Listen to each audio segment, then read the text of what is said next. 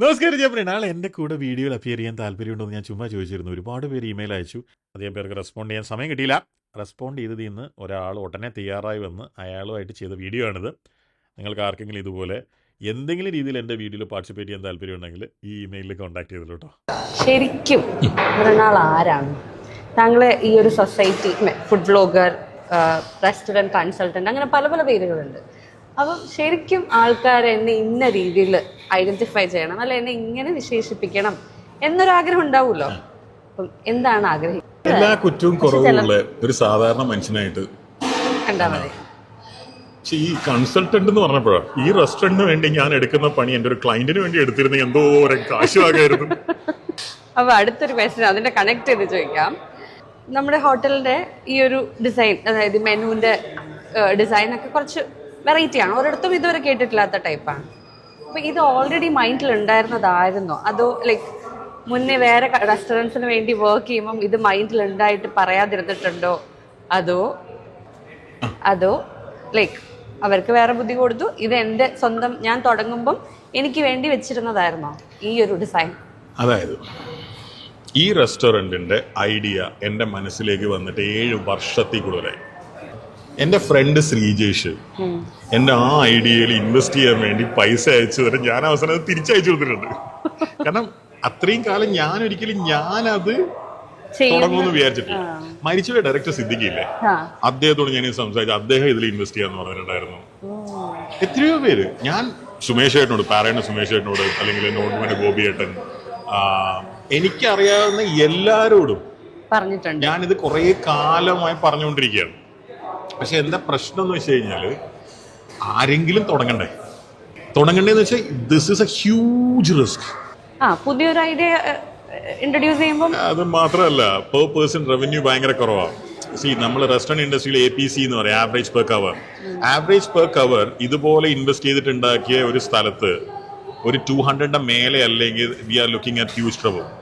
ഇവിടെ 100ന്റെ അടുത്ത് ആക്കാനാണ് ഞാൻ ശ്രമിക്കുന്നത്. അതായത് നല്ലോണം സ്പെൻഡ് ചെയ്യുന്ന ആൾക്കാരെ ഡിസ്കറേജ് ചെയ്തിട്ട് ജസ്റ്റ് ഒരു ചോറും 1-2 കറിയും വാങ്ങുന്ന ആൾക്കാരെ എൻകറേജ് ചെയ്യാനാണ് ഞാൻ ശ്രമിച്ചുകൊണ്ടിരിക്കുന്നത്. ഇപ്പൊ നമ്മുടെ റെയിൽവേ സ്റ്റേഷന്റെ അടുത്തുള്ള ക്യാൻറ്റീൻ, കോർപ്പറേഷന്റെ മറ്റേ സംഭവമില്ലേ, അവർക്ക് they are okay with, because that's not profit oriented. എനിക്കിവിടെ പ്രോഫിറ്റ് ഉണ്ടാക്കിയേ പറ്റൂ. അപ്പൊ അതുപോലെ തന്നെ ലൈക്ക് ഇത് ഈ മെനുവിനെ ഇത് വെച്ചിട്ടാണ് ചോദിക്കുന്നത്.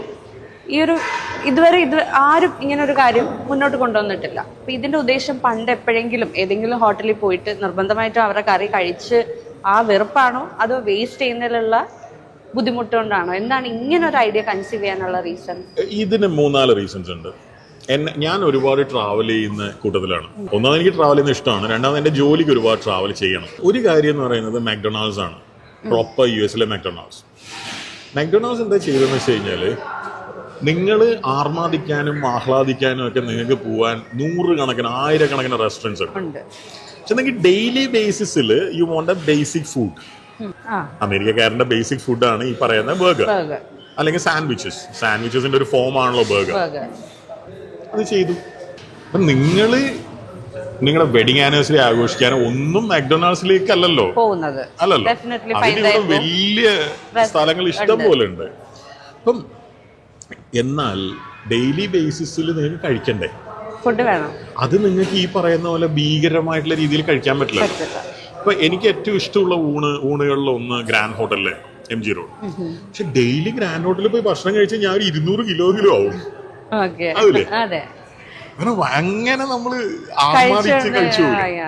പിന്നെ ഭക്ഷണം കൊണ്ട് മുന്നിൽ വെച്ചിട്ട് വേണ്ട മൃണാളെ ഒരു സൈഡിൽ നിന്ന് 2 കറി വാരി തന്ന് പൊക്കോന്ന് പറഞ്ഞാൽ ഞാൻ സമ്മതിക്കില്ല.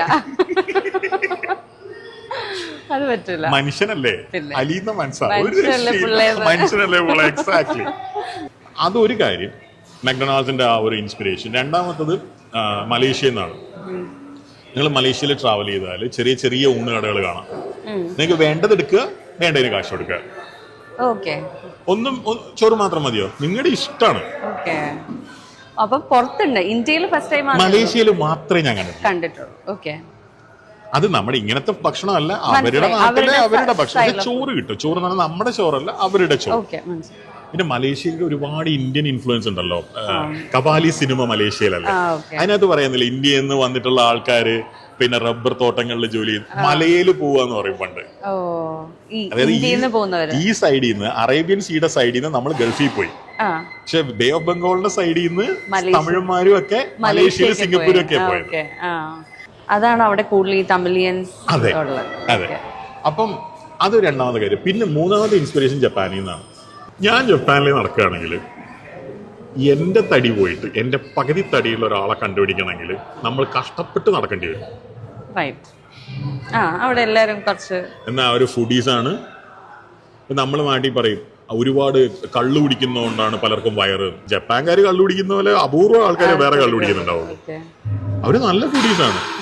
പക്ഷെ അപ്പൊ അവരെങ്ങനെയാ വർക്ക്ഔട്ട് ചെയ്യോ, മെയിൻറ്റെയിൻ ചെയ്യുന്നത് എങ്ങനെയാ? അപ്പൊ അവരുടെ സ്റ്റൈൽ അങ്ങനെയാണ്. ഭക്ഷണത്തിനുള്ള അപ്രോച്ച് 3 രീതിയിലാണ്. ഒന്ന്, വയറ് 80% മാത്രമേ നിറയാൻ സമ്മതിക്കൂ.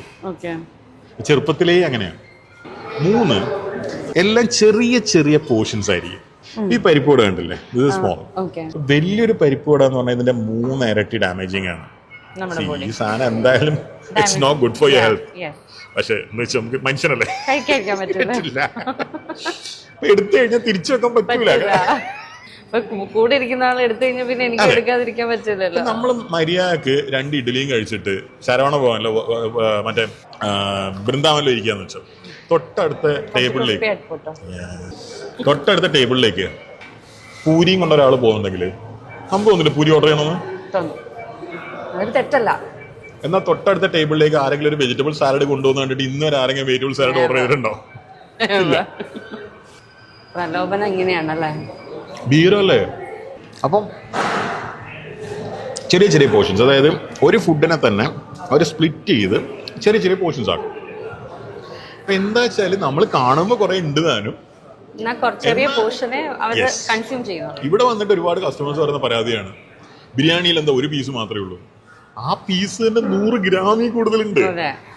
അവര് മനസ്സിലാക്കുന്നില്ല സ്വന്തം, അവർക്ക് അറിയാതെ അത്ര ഉണ്ടോ ഇത് കണ്ട മനസ്സിലായി. കസ്റ്റമേഴ്സ് അതുകൊണ്ട് മാത്രമല്ല ശീലിച്ചത് 2 പീസാണ്. നമ്മൾ തെറ്റു പഠിച്ചു. പിന്നെ അത് 500 ml ആണ് ആ ബിരിയാണി. എന്റെ കൂടെ റൈത്തിയും പിക്കിളുണ്ട്. 100 ഗ്രാമിന്റെ മേലെയുള്ള ചിക്കൻ പീസാണ്. 100 ഗ്രാമിന്റെ അടുത്തല്ല കേട്ടോ, 110 ഗ്രാമിന്റെ മേലെ വരും. More than enough. പക്ഷെ എന്താ പ്രശ്നം, 750 ml ആണ് സ്റ്റാൻഡേർഡ് റെസ്റ്റോറൻറ്റ്സ് ബിരിയാണി വിളമ്പുന്നത്. 2 പീസും ഉണ്ടാവും. അതാണ് പ്രശ്നം. പക്ഷെ നിങ്ങൾ നോക്കൂ, ഇവിടുന്ന് ഒരു പൊതി ബിരിയാണി വാങ്ങിയാല് നിങ്ങൾ ഭാര്യയും ഭർത്താവും ചെറിയ കുട്ടിയല്ലേ, എനിക്ക് തോന്നുന്നു വേണമെങ്കിൽ കുട്ടിക്ക് കുറച്ച് ചോറ് കൊടുക്കുന്നുണ്ടെങ്കിൽ 3 പേർക്കും കഴിയാം. ഞങ്ങൾ അങ്ങനെ ചെയ്യാറ്. മറ്റതെന്താ സംഭവിക്കുന്ന, നമ്മൾ ആ ഫുൾ ബിരിയാണി മുഴുവൻ കഴിക്കും, എന്നിട്ട് വയറ്റിൽ കല്ലിട്ട പോലെ എവിടെയെങ്കിലും പോയി കിടന്നു. അപ്പൊ ജപ്പാനിൽ നിന്നാണ് ആ ഇൻസ്പിറേഷൻ കിട്ടിയത്. അപ്പൊ ഇങ്ങനെ പല സംഭവങ്ങൾ. പിന്നെ അടുത്തൊരു കാര്യം ഇതിനായിട്ട് റിലേറ്റ് ചെയ്ത് ചോദിക്കാം. ഈ ആൾക്കാരെ കൊതിപ്പിച്ച് ഭക്ഷണം കഴിക്കുന്ന ഒരാളാണ് താങ്കൾ. നിങ്ങൾ കഴിക്കുന്ന കണ്ടു കഴിഞ്ഞാല് വീഡിയോ കാണുമ്പോൾ മനുഷ്യന്മാർ അങ്ങോട്ട് ഓടും അതൊന്ന് കഴിക്കാൻ വേണ്ടിയിട്ട്. ഈ താങ്കൾക്ക് ഓഫ് സ്ക്രീനിൽ കുറച്ചൊരു ഹെൽത്ത് കോൺഷ്യസ് ആയിട്ടുള്ള ഒരു മൃണാളുണ്ടോ?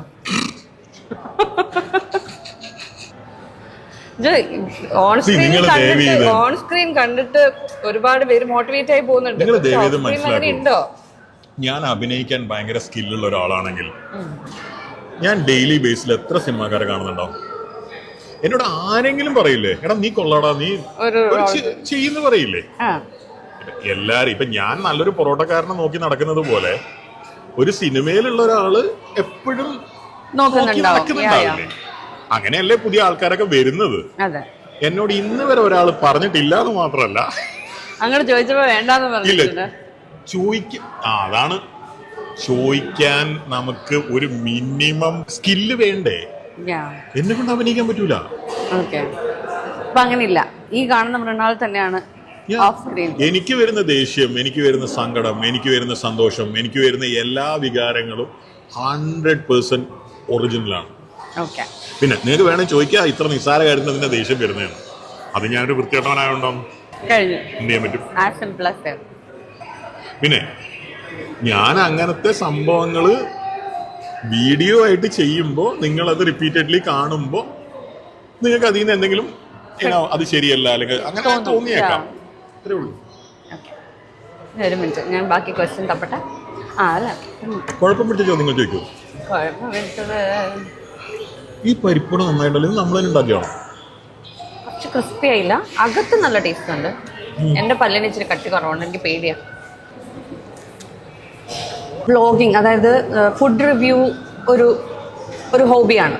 ഒരു ഹോട്ടലിൽ പോയി കഴിഞ്ഞാൽ കഴിച്ചുകൊണ്ടിരിക്കുമ്പോൾ തന്നെ ലൈവായിട്ട് തന്നെ വീഡിയോ ഇടുന്നതാണ് യൂഷ്വലി കാണാറ്. അല്ലാതെ വീട്ടിൽ പോയി അപ്പോൾ അങ്ങനെ ഒരു മോശം റിവ്യൂ പറയുന്ന സമയത്ത് എപ്പോഴെങ്കിലും കായികപരമായിട്ടോ അല്ലാതെയോ ആക്രമണം നേരിട്ടിട്ടുണ്ടോ ആ ഹോട്ടൽ ഉടമകളുടെ ഭാഗത്തു നിന്ന്? റെസ്റ്റോറന്റ് ഓണേഴ്സ് അത്ര നല്ല ദുഷ്ടമല്ല. അല്ല, പാവങ്ങളാണ്. They don't really care. ഒരു ചങ്ങായി ഒരു ബേസിക്കലി എന്റെ നാട്ടിൽ പറയുന്ന പോലെ പറഞ്ഞാല് ഒരു വയറൻ ചെക്കൻ എന്തൊക്കെയോ പറയുന്നുണ്ട്. ഇതിനപ്പുറത്തൊന്നും വലിയ അവൻ പറഞ്ഞിട്ട് പോട്ടെ. അങ്ങനെയാണ്. ഞാൻ മോശം റിവ്യൂ പറഞ്ഞ റെസ്റ്റോറൻറ്റ്സ് എല്ലാം പൂട്ടിപ്പോയോ? ഇല്ലല്ലോ. പിന്നെ അതായത് അല്ല, പക്ഷെ ഒരുപാട് ആളുകളിലേക്ക് എത്തുന്നുണ്ട്. പക്ഷെ അവർക്ക് അവരുടേതായിട്ടുള്ള തീരുമാനങ്ങളുണ്ട്. ഇവിടെ പിണറായി വിജയൻ പറഞ്ഞിട്ട് കേരളത്തിലെ മുഴുവൻ ആൾക്കാരും അനുസരിക്കുന്നില്ല. ഉണ്ടോ? ഞാൻ പറഞ്ഞ ഓക്കെ. അപ്പൊ അതുപോലെ തന്നെ ഇപ്പൊ ഒരു ഹോട്ടലിൽ പോയി മോശം റിവ്യൂ പറഞ്ഞു, അതിനുശേഷം അവരത് പോസിറ്റീവായിട്ട് എടുത്തിട്ട് അത് നന്നാക്കി താങ്കളെ തന്നെ വീണ്ടും വിളിച്ച് ആ ഫുഡ് കഴിപ്പിച്ച് അഭിപ്രായം മാറ്റിയിട്ടുണ്ടോ? അതായത് ഇപ്പൊ നല്ലതായെന്ന് താങ്കളെ കൊണ്ട് തന്നെ പറയിപ്പിച്ചിട്ടുണ്ടോ? ഞാൻ 2 തവണ പോയിട്ട് വീഡിയോ ചെയ്ത ഒരു റെസ്റ്റോറന്റ് ആണ് ദേപുട്ട്. ഒന്നാമത്തെ തവണ ഞാൻ അവിടെ പോയപ്പോൾ എനിക്ക് ആ പുട്ടുകളൊന്നും ഇഷ്ടപ്പെട്ടില്ല. ഞാനത് വീഡിയോ ചെയ്തിട്ടുണ്ട്. 2ാമത്തെ തവണ ഞാൻ ദേപുട്ടിൽ പോയപ്പം was fabulous. അത് വർഷങ്ങളുടെ ഗ്യാപ്പ് ഉണ്ട്. 2 തവണയും എന്നെ വിളിച്ചിട്ടല്ല ഞാൻ പോയത്. Because they don't care.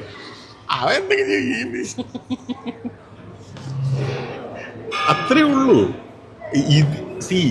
ഈ ഇന്റർനെറ്റിനകത്താണ്, അതായത് നമ്മൾ ഈ മൊബൈൽ സ്ക്രീനിന്റെ ഉള്ളിലാണ് കംപ്ലീറ്റ് ലോകം എന്ന് വിചാരിക്കുന്ന ആളുകൾക്ക് ഇതൊക്കെ പ്രശ്നമുള്ളൂ.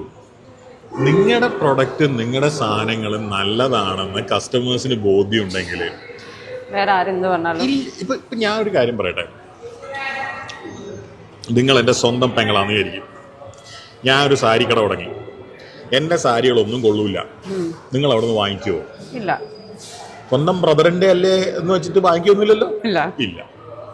ഇനി ഞാൻ ഒരു സാരി കട തുടങ്ങി, സൂപ്പർ സംഭവം. പലതും കാണുന്ന സമയത്ത് നമുക്ക് പല ഫങ്ഷൻസ് പോലും ഓർമ്മ വരുന്നു. അയ്യോ, ഇത് അതിന് ചെയ്യാം. ഞാൻ നിങ്ങളുടെ ആരും ആയിരിക്കൂല, നിങ്ങൾ വന്ന് വാങ്ങിക്കൂലേ? അവിടെ എത്ര തിരക്കുണ്ടെങ്കിൽ ക്യൂ നിന്ന് വാങ്ങിക്കൂലേ? അപ്പൊ ഇതത്രേ ഉള്ളൂ. എന്റെ സ്വന്തം അളിയനായാൽ പോലും അല്ലെങ്കിൽ സ്വന്തം അച്ഛനായാൽ പോലും ഞാനൊരു മോശം പ്രൊഡക്റ്റ് വിറ്റോണ്ടിരുന്നാല് ആര് വരാൻ? എന്റെ അമ്മ ഒന്ന് കഴിച്ചിട്ട് പറയായിരിക്കും, ആ കുഴപ്പമില്ല. ഇത്രേ ഉള്ളൂ. ഇപ്പൊ നിങ്ങളിപ്പോ ഒരുപാട് സാധനങ്ങൾ ധരിച്ചിട്ടില്ലേ? ഇതൊക്കെ നല്ലതായതുകൊണ്ടല്ലേ നിങ്ങൾ മേടിച്ചത്, അല്ലാണ്ട് ആരുടെയെങ്കിലും ഒരു ചാരിറ്റി ഒന്നും അല്ലല്ലോ. പിന്നെ വേറൊരു കാര്യമുണ്ട്. നമ്മളൊരു തുണിക്കടയിൽ പോകുന്നു, ഒരു നീല കളർ പൂക്കളുള്ള ഷർട്ട്, നമ്മുടെ MG ശ്രീകുമാറൊക്കെ ഇടുന്ന പോലത്തെ. ഞാനത് ചിലപ്പോ കണ്ടിട്ട് വിചാരിക്കും, അയ്യോ ഇത് വേണ്ട, ശരിയാവില്ല. തൊട്ടടുത്ത് വരുന്ന ഒരാൾ ആ ഷർട്ട് തേടി പിടിച്ച് വന്നത് വാങ്ങിട്ട് പോകും. അത് ഞാൻ വേണ്ടാന്ന് വെക്കുന്നൊരു സാധനമായിരിക്കും വേറെ എക്സാമ്പിൾ. ഞാനിത് ഈ എക്സാമ്പിൾ ഒരു തവണ സംസാരിച്ചുകൊണ്ടിരിക്കുമ്പോൾ ഒരു പെൺകുട്ടി പറഞ്ഞതാ, ആ കുട്ടിയെ പെണ്ണ് കാണാൻ വന്നൊരാണ്. ഇന്നത്തെ കാലത്ത് അറേഞ്ച് മാരേജ് വളരെ വളരെ കുറവാണ്, പക്ഷെ റയലി നടക്കാറുണ്ടല്ലോ.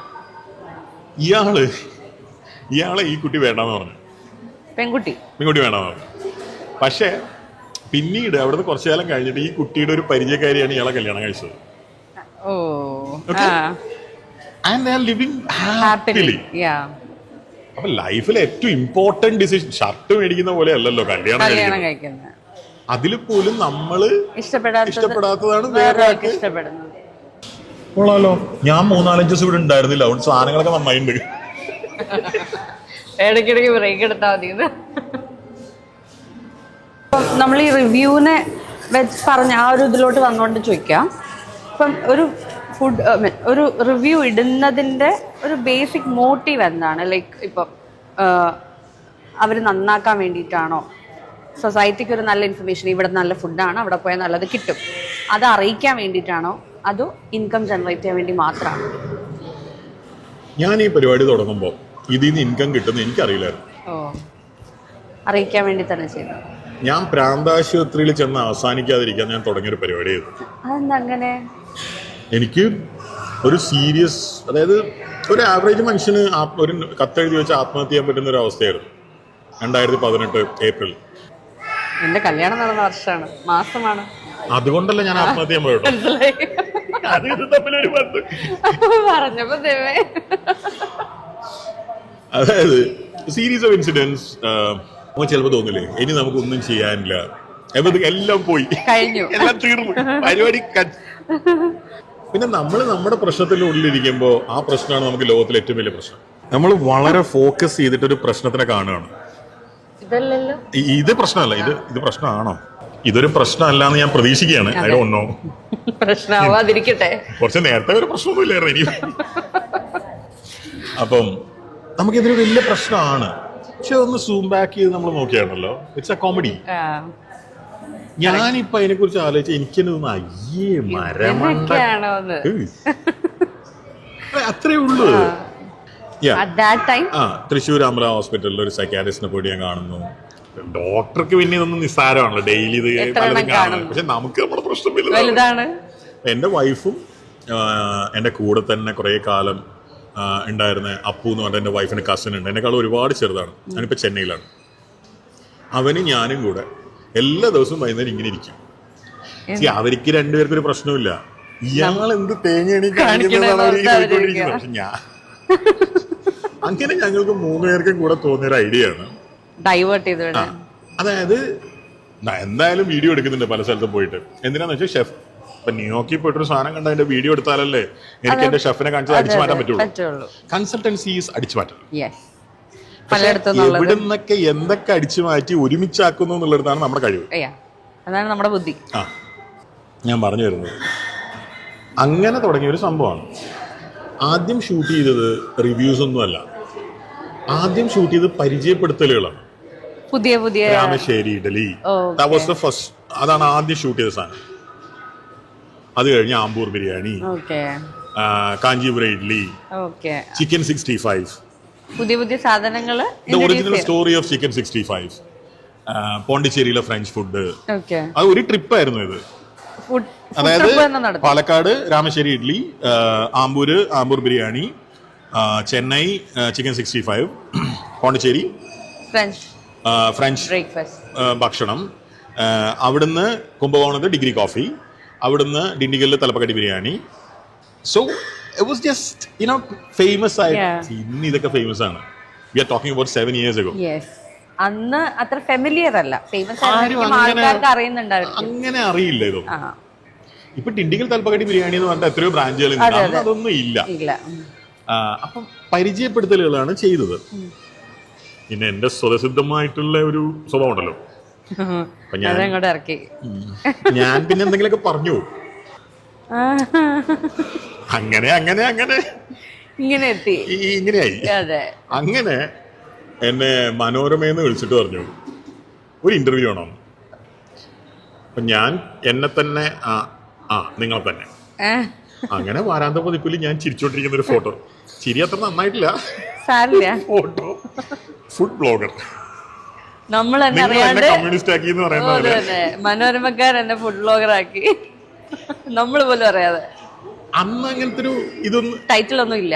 ഞാൻ പറഞ്ഞില്ലേ ഫേസ്ബുക്ക് ആണ് ഇത് പോസ്റ്റ് ചെയ്യാൻ പ്ലാൻ ചെയ്തത്. അന്ന് മൊണൈറ്റൈസേഷൻ ഫേസ്ബുക്കിൽ ഇല്ല, യൂട്യൂബിൽ ഇത് ഉണ്ടെന്ന് എനിക്ക് അറിയൂല. അങ്ങനെ ഇങ്ങനെ എത്തി. നമ്മുടെ നാട്ടിലിപ്പം ആര്യാസ് ആവട്ടെ, പല സ്ഥലങ്ങളിലും AC ഡൈനിങ് ഉണ്ടാവും, നോർമൽ ഡൈനിങ് ഏരിയ ഉണ്ടാവും. രണ്ടിടത്തും സെയിം ഫുഡ് 2 റേറ്റിലാണ് കൊടുക്കുന്നത്. AC വരുമ്പം 2 റേറ്റിലാണ് കൊടുക്കുന്നത്. അപ്പോൾ താങ്കൾ പക്ഷേ ഇത്രയും വെൽ മെയിൻറ്റെയിൻഡ് ആയിട്ടുള്ള ഒരു ഹോട്ടൽ, അത് ഫുള്ളി എയർ കണ്ടീഷൻഡ് ആയിട്ടുള്ള സ്ഥലത്ത് ഈ റേറ്റിൽ ഫുഡ് കൊടുക്കുന്നു. അപ്പൊ അതെങ്ങനെയാ സാധിക്കുന്നത്? ഈ വിലക്ക് ഇത് കൊടുക്കാൻ പറ്റുമോ ഇല്ലയോ എന്നുള്ളത് 3 മാസത്തെ P&L നോക്കിയാലേ മനസ്സിലാവുള്ളൂ. ഇതൊരു കാൽക്കുലേഷൻ ആണ്. ഓക്കെ. ആ കാൽക്കുലേഷൻ വർക്ക്ഔട്ട് ആവുന്നുണ്ടോ എന്നൊക്കെ ഉള്ളത് ഒരു Running 3 കുറച്ച് മാസമെങ്കിലും കഴിഞ്ഞാലേ അറിയാൻ പറ്റുള്ളൂ. നമുക്ക് ഫോർ ഷുവർ മനസ്സിലാവുള്ളൂ. ഇപ്പോഴത്തെ ഒരു കാൽക്കുലേഷൻ എന്താണെന്ന് വെച്ച് കഴിഞ്ഞാൽ ഒരു പെർട്ടിക്കുലർ വോള്യൂം ബിസിനസ് ചെയ്യുമെന്നും എക്സ്പെക്ട് ചെയ്യുന്നു. അത് അതിൻ്റെ ഒരു എക്കോണമീസ് ഓഫ് സ്കെയിൽ ഉണ്ടല്ലോ, അതായത് ഒരു വോള്യത്തിന്റെ ആ വോള്യൂം വെച്ചിട്ട് നമുക്ക് ഈ റേറ്റ് ജസ്റ്റിഫൈ ചെയ്യാൻ പറ്റും എന്നുള്ളതാണ് ഇതിന്റെ ഒരു സംഭവം. പിന്നെ ഇവിടെ സർവീസ് ക്രൂ ഇല്ല. അപ്പൊ ഏകദേശം ഒരു മാസം ഒരു 2 ലക്ഷം രൂപയോളം ഇതുപോലത്തെ ഒരു റെസ്റ്റോറന്റിന് സർവീസ് ക്രൂ ഉണ്ടെങ്കിൽ അഡീഷണൽ സാലറി ബില്ല് ഉണ്ടാവും. ഇവിടെ അത് നമ്മൾ സേവ് ചെയ്തിട്ടുണ്ട്, കാരണം കസ്റ്റമർ തന്നെ എടുക്കുകയാണല്ലോ. പിന്നെ അതുപോലെ പോർഷൻ സൈസ് വളരെ ചിന്തിച്ച്, ഇപ്പം നിങ്ങളിപ്പം ഞാൻ നേരത്തെ പറഞ്ഞ പോലെ വലിയൊരു ഊണ് കഴിക്കാൻ പോയാൽ ഫിഷ് കറി മീൽസിന് you are looking at least 200+ rupees. 220 ഒക്കെയാണ് പലരും ചാർജ് ചെയ്യുന്നത്. ഇവിടെ ഇപ്പം നിങ്ങൾ ചോറും ഒരു 5 കറികളും മീൻ കറിയും പിന്നെ പപ്പടും ഒക്കെ വാങ്ങിച്ചാലും ഈ പറയുന്ന 220 ആവാൻ സാധ്യതയില്ല. പക്ഷെ അതിന്റെ കാരണം എന്ന് വെച്ച് കഴിഞ്ഞാൽ അവിടെ നിങ്ങൾക്ക് എല്ലാം റീഫിൽ ചെയ്ത് തരും അവര്. അവര് നിങ്ങളുടെ കയ്യിൽ കൂടുതൽ കാശ് വാങ്ങിക്കല്ല, അവര് തരുന്ന സാധനത്തിനുള്ള പൈസ ആയിരിക്കും വാങ്ങിക്കുന്നത്.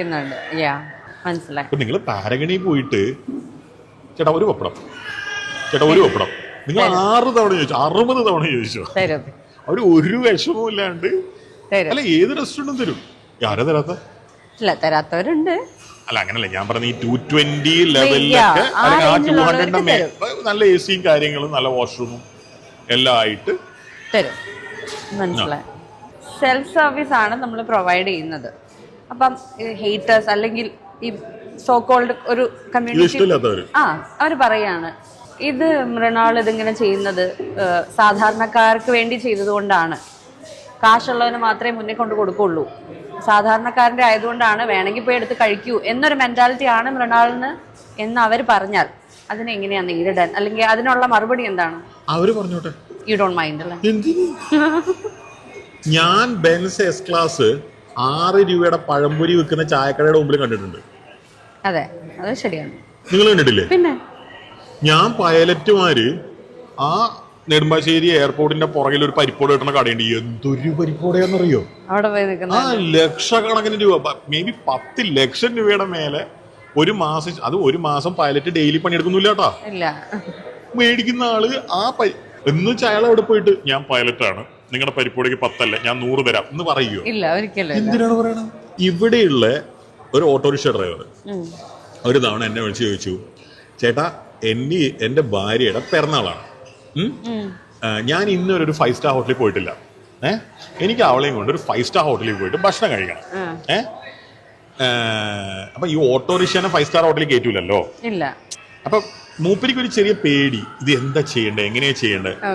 ഞാൻ എന്നിട്ട് ഇവിടെ ക്രൗൺ പ്ലാസയിലാന്ന് തോന്നുന്നു, ഏത് ഹോട്ടലാന്ന് എനിക്ക് ഓർമ്മയില്ല, എല്ലാ ഹോട്ടലും ഒരുപോലെ തന്നെയാണ് ആ കാര്യത്തിലൊക്കെ. പരിചയപ്പെടുത്തി കൊടുത്തു. അങ്ങേര് ഭാര്യനെയും കൂട്ടി പോയി, 14,000 രൂപ ബില്ലായി. അങ്ങനെ 4,000 രൂപയെ കുറിച്ച് ബോധേടേ അല്ല. അങ്ങനെ എന്നെ വിളിച്ചിട്ട് പറഞ്ഞു വൻ സംഭവമായിരുന്നു, നല്ല രസമായിരുന്നു. എന്നിട്ട് എന്നോട് പറഞ്ഞു, ഞാൻ അവിടുത്തെ പൂളിന്റെ കാര്യം ചോദിച്ചു, സ്വിമ്മിംഗ് പൂളിന്റെ കാര്യം ചോദിച്ചു. അപ്പൊ അവര് പറഞ്ഞു നിങ്ങൾ വന്നിട്ട് ഒരു പ്രശ്നമില്ല, യു ക്യാൻ യൂസ് ഇറ്റ് എന്ന് പറഞ്ഞു. അപ്പൊ ഞങ്ങൾ ഒരു തവണ അങ്ങനെ പോവാൻ പ്ലാൻ ചെയ്തിട്ടുണ്ട്. അങ്ങനെ ഓട്ടോ ഓടിക്കുന്ന മനുഷ്യനാണ്. എത്രയോ ഭയങ്കര കാശുണ്ടാക്കുന്ന ആൾക്കാര് സൈക്കിൾ ഓടിക്കാറില്ലേ? നമ്മുടെ മുൻ മന്ത്രി തൃശ്ശൂര് രവീന്ദ്രനാഥ് അങ്ങനെ സൈക്കിൾ ഓടിക്കാറുണ്ടല്ലോ തൃശ്ശൂർ ടൗണില്. അങ്ങനെ മന്ത്രി ആയിരുന്നില്ലേ? ഓട്ടെ, അങ്ങനെ മന്ത്രി വിടും നിങ്ങള്, അദ്ദേഹം പ്രൊഫസർ ആയിരുന്നില്ലേ? എന്തായാലും പെൻഷൻ കിട്ടുന്നുണ്ടാവില്ലേ? ഒരു കാർ മേടിക്കാൻ പറ്റായിട്ട്. പോണ്ടിച്ചേരിയിലെ പഴയ മുഖ്യമന്ത്രി അദ്ദേഹം 2 വീലറിലായിരുന്നു പോയിക്കൊണ്ടിരുന്നത്. അതിലൊന്നൊരു കാര്യമില്ല. ഇതൊക്കെ ഒരു മനസ്സിന്റെ കാര്യമാണ്. എങ്ങനെ ചിന്തിക്കുന്നു, എങ്ങനെ എടുക്കുന്നു എന്നുള്ളതാണ്. നിങ്ങൾ ഇപ്പൊ യൂസഫ് അലി ഭയങ്കര കാശുള്ള മനുഷ്യനായിരിക്കും എന്ന് വെച്ചാൽ ലോകത്തിലെ ഏറ്റവും വില കൂടിയ ഡ്രസ്സാണോ അദ്ദേഹം ഇടുന്നുണ്ടാവുക? ഇപ്പൊ അദ്ദേഹവും പുളിശ്ശേരിയും ചോറൊക്കെ കഴിക്കുന്നുണ്ടാവില്ലേ?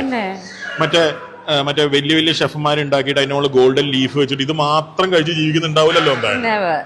ഇപ്പൊ US പ്രസിഡന്റ് ഡൊണാൾഡ് ട്രംപ് എന്തായാലും he is very rich, he is the most powerful.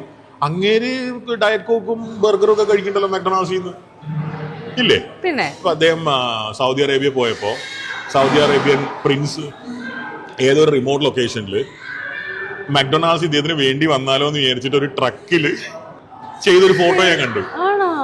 US പ്രസിഡന്റിന് ഈ $8 ബർഗർ കഴിക്കേണ്ട വല്ല കാര്യം ഒരിക്കലില്ല. അദ്ദേഹം വിചാരിച്ചു കഴിഞ്ഞാൽ ലോകത്തിലെ ഏറ്റവും നല്ല മീറ്റിൽ ഏറ്റവും നല്ല ബർഗർ ഉണ്ടാകുന്ന ഗോൾഡൻ റാംസി ഉണ്ടാക്കി കൊടുക്കൂലേ? പിന്നെ ഇത് പൊറോട്ടയുടെ കൂടെ ചിക്കനോ മട്ടനോ കഴിക്കാനുള്ള കാശില്ലാത്തതുകൊണ്ടല്ല പലരും കടല കഴിക്കുന്നത്, അത് ഇഷ്ടമായതുകൊണ്ടാണ്. വലിയ ധനസ്ഥിതി ഒന്നും ഇല്ലാത്ത ആൾക്കാർ അവിടുന്ന് ഇവിടുന്ന് കിട്ടാവുന്ന കടം മുഴുവൻ മേടിച്ചിട്ട് ഷോ കാണിച്ച് ജീവിക്കുന്നത് നിങ്ങൾ കണ്ടിട്ടില്ലേ? തീർച്ചയായിട്ടും. എത്രയോ കാശുള്ള ആള്, മറ്റേ റോൾസ് റോയ്സ് മേടിക്കാൻ കാശുള്ള ആള് ഒരു പഴയ 10-12 കൊല്ലം പഴയ സ്വിഫ്റ്റ് ഓടിച്ചുകൊണ്ട് നടക്കുന്നത് കാണാറില്ലേ? ഇതൊരു മനോഭാവത്തിന്റെ പ്രശ്നമാണെന്നേ, അങ്ങനെയൊന്നുമില്ല. പിന്നെ ഇവിടെ ആൾക്കാരുടെ റേഷൻ കാർഡ് നോക്കിയിട്ട് അവരുടെ വരുമാനം നോക്കിയിട്ട് ഓരോരാളോട് ഓരോ രീതി പെരുമാറുന്നുണ്ടെങ്കിൽ ശരി. ഇയാള് കോടീശ്വരനാണ്, യെസ് സർ കമോൺ വെൽക്കം. ഇയാള് മറ്റേ BPL ആണ്ടാ, എന്താ വന്ന് എന്താ എനിക്കെന്താ അവിടെ കാര്യം? നമ്മളത് ചെയ്യുന്നില്ലല്ലോ. എല്ലാരും വന്നാലും ഒരേ ക്യൂ 1 മണിക്കൂർ നിൽക്കുന്നു. ആ ക്യൂ ഞാൻ എത്രയും പെട്ടെന്ന് പരിഹരിച്ചില്ലെങ്കിൽ ആൾക്കാരെ തല്ലിക്കൊല്ലും.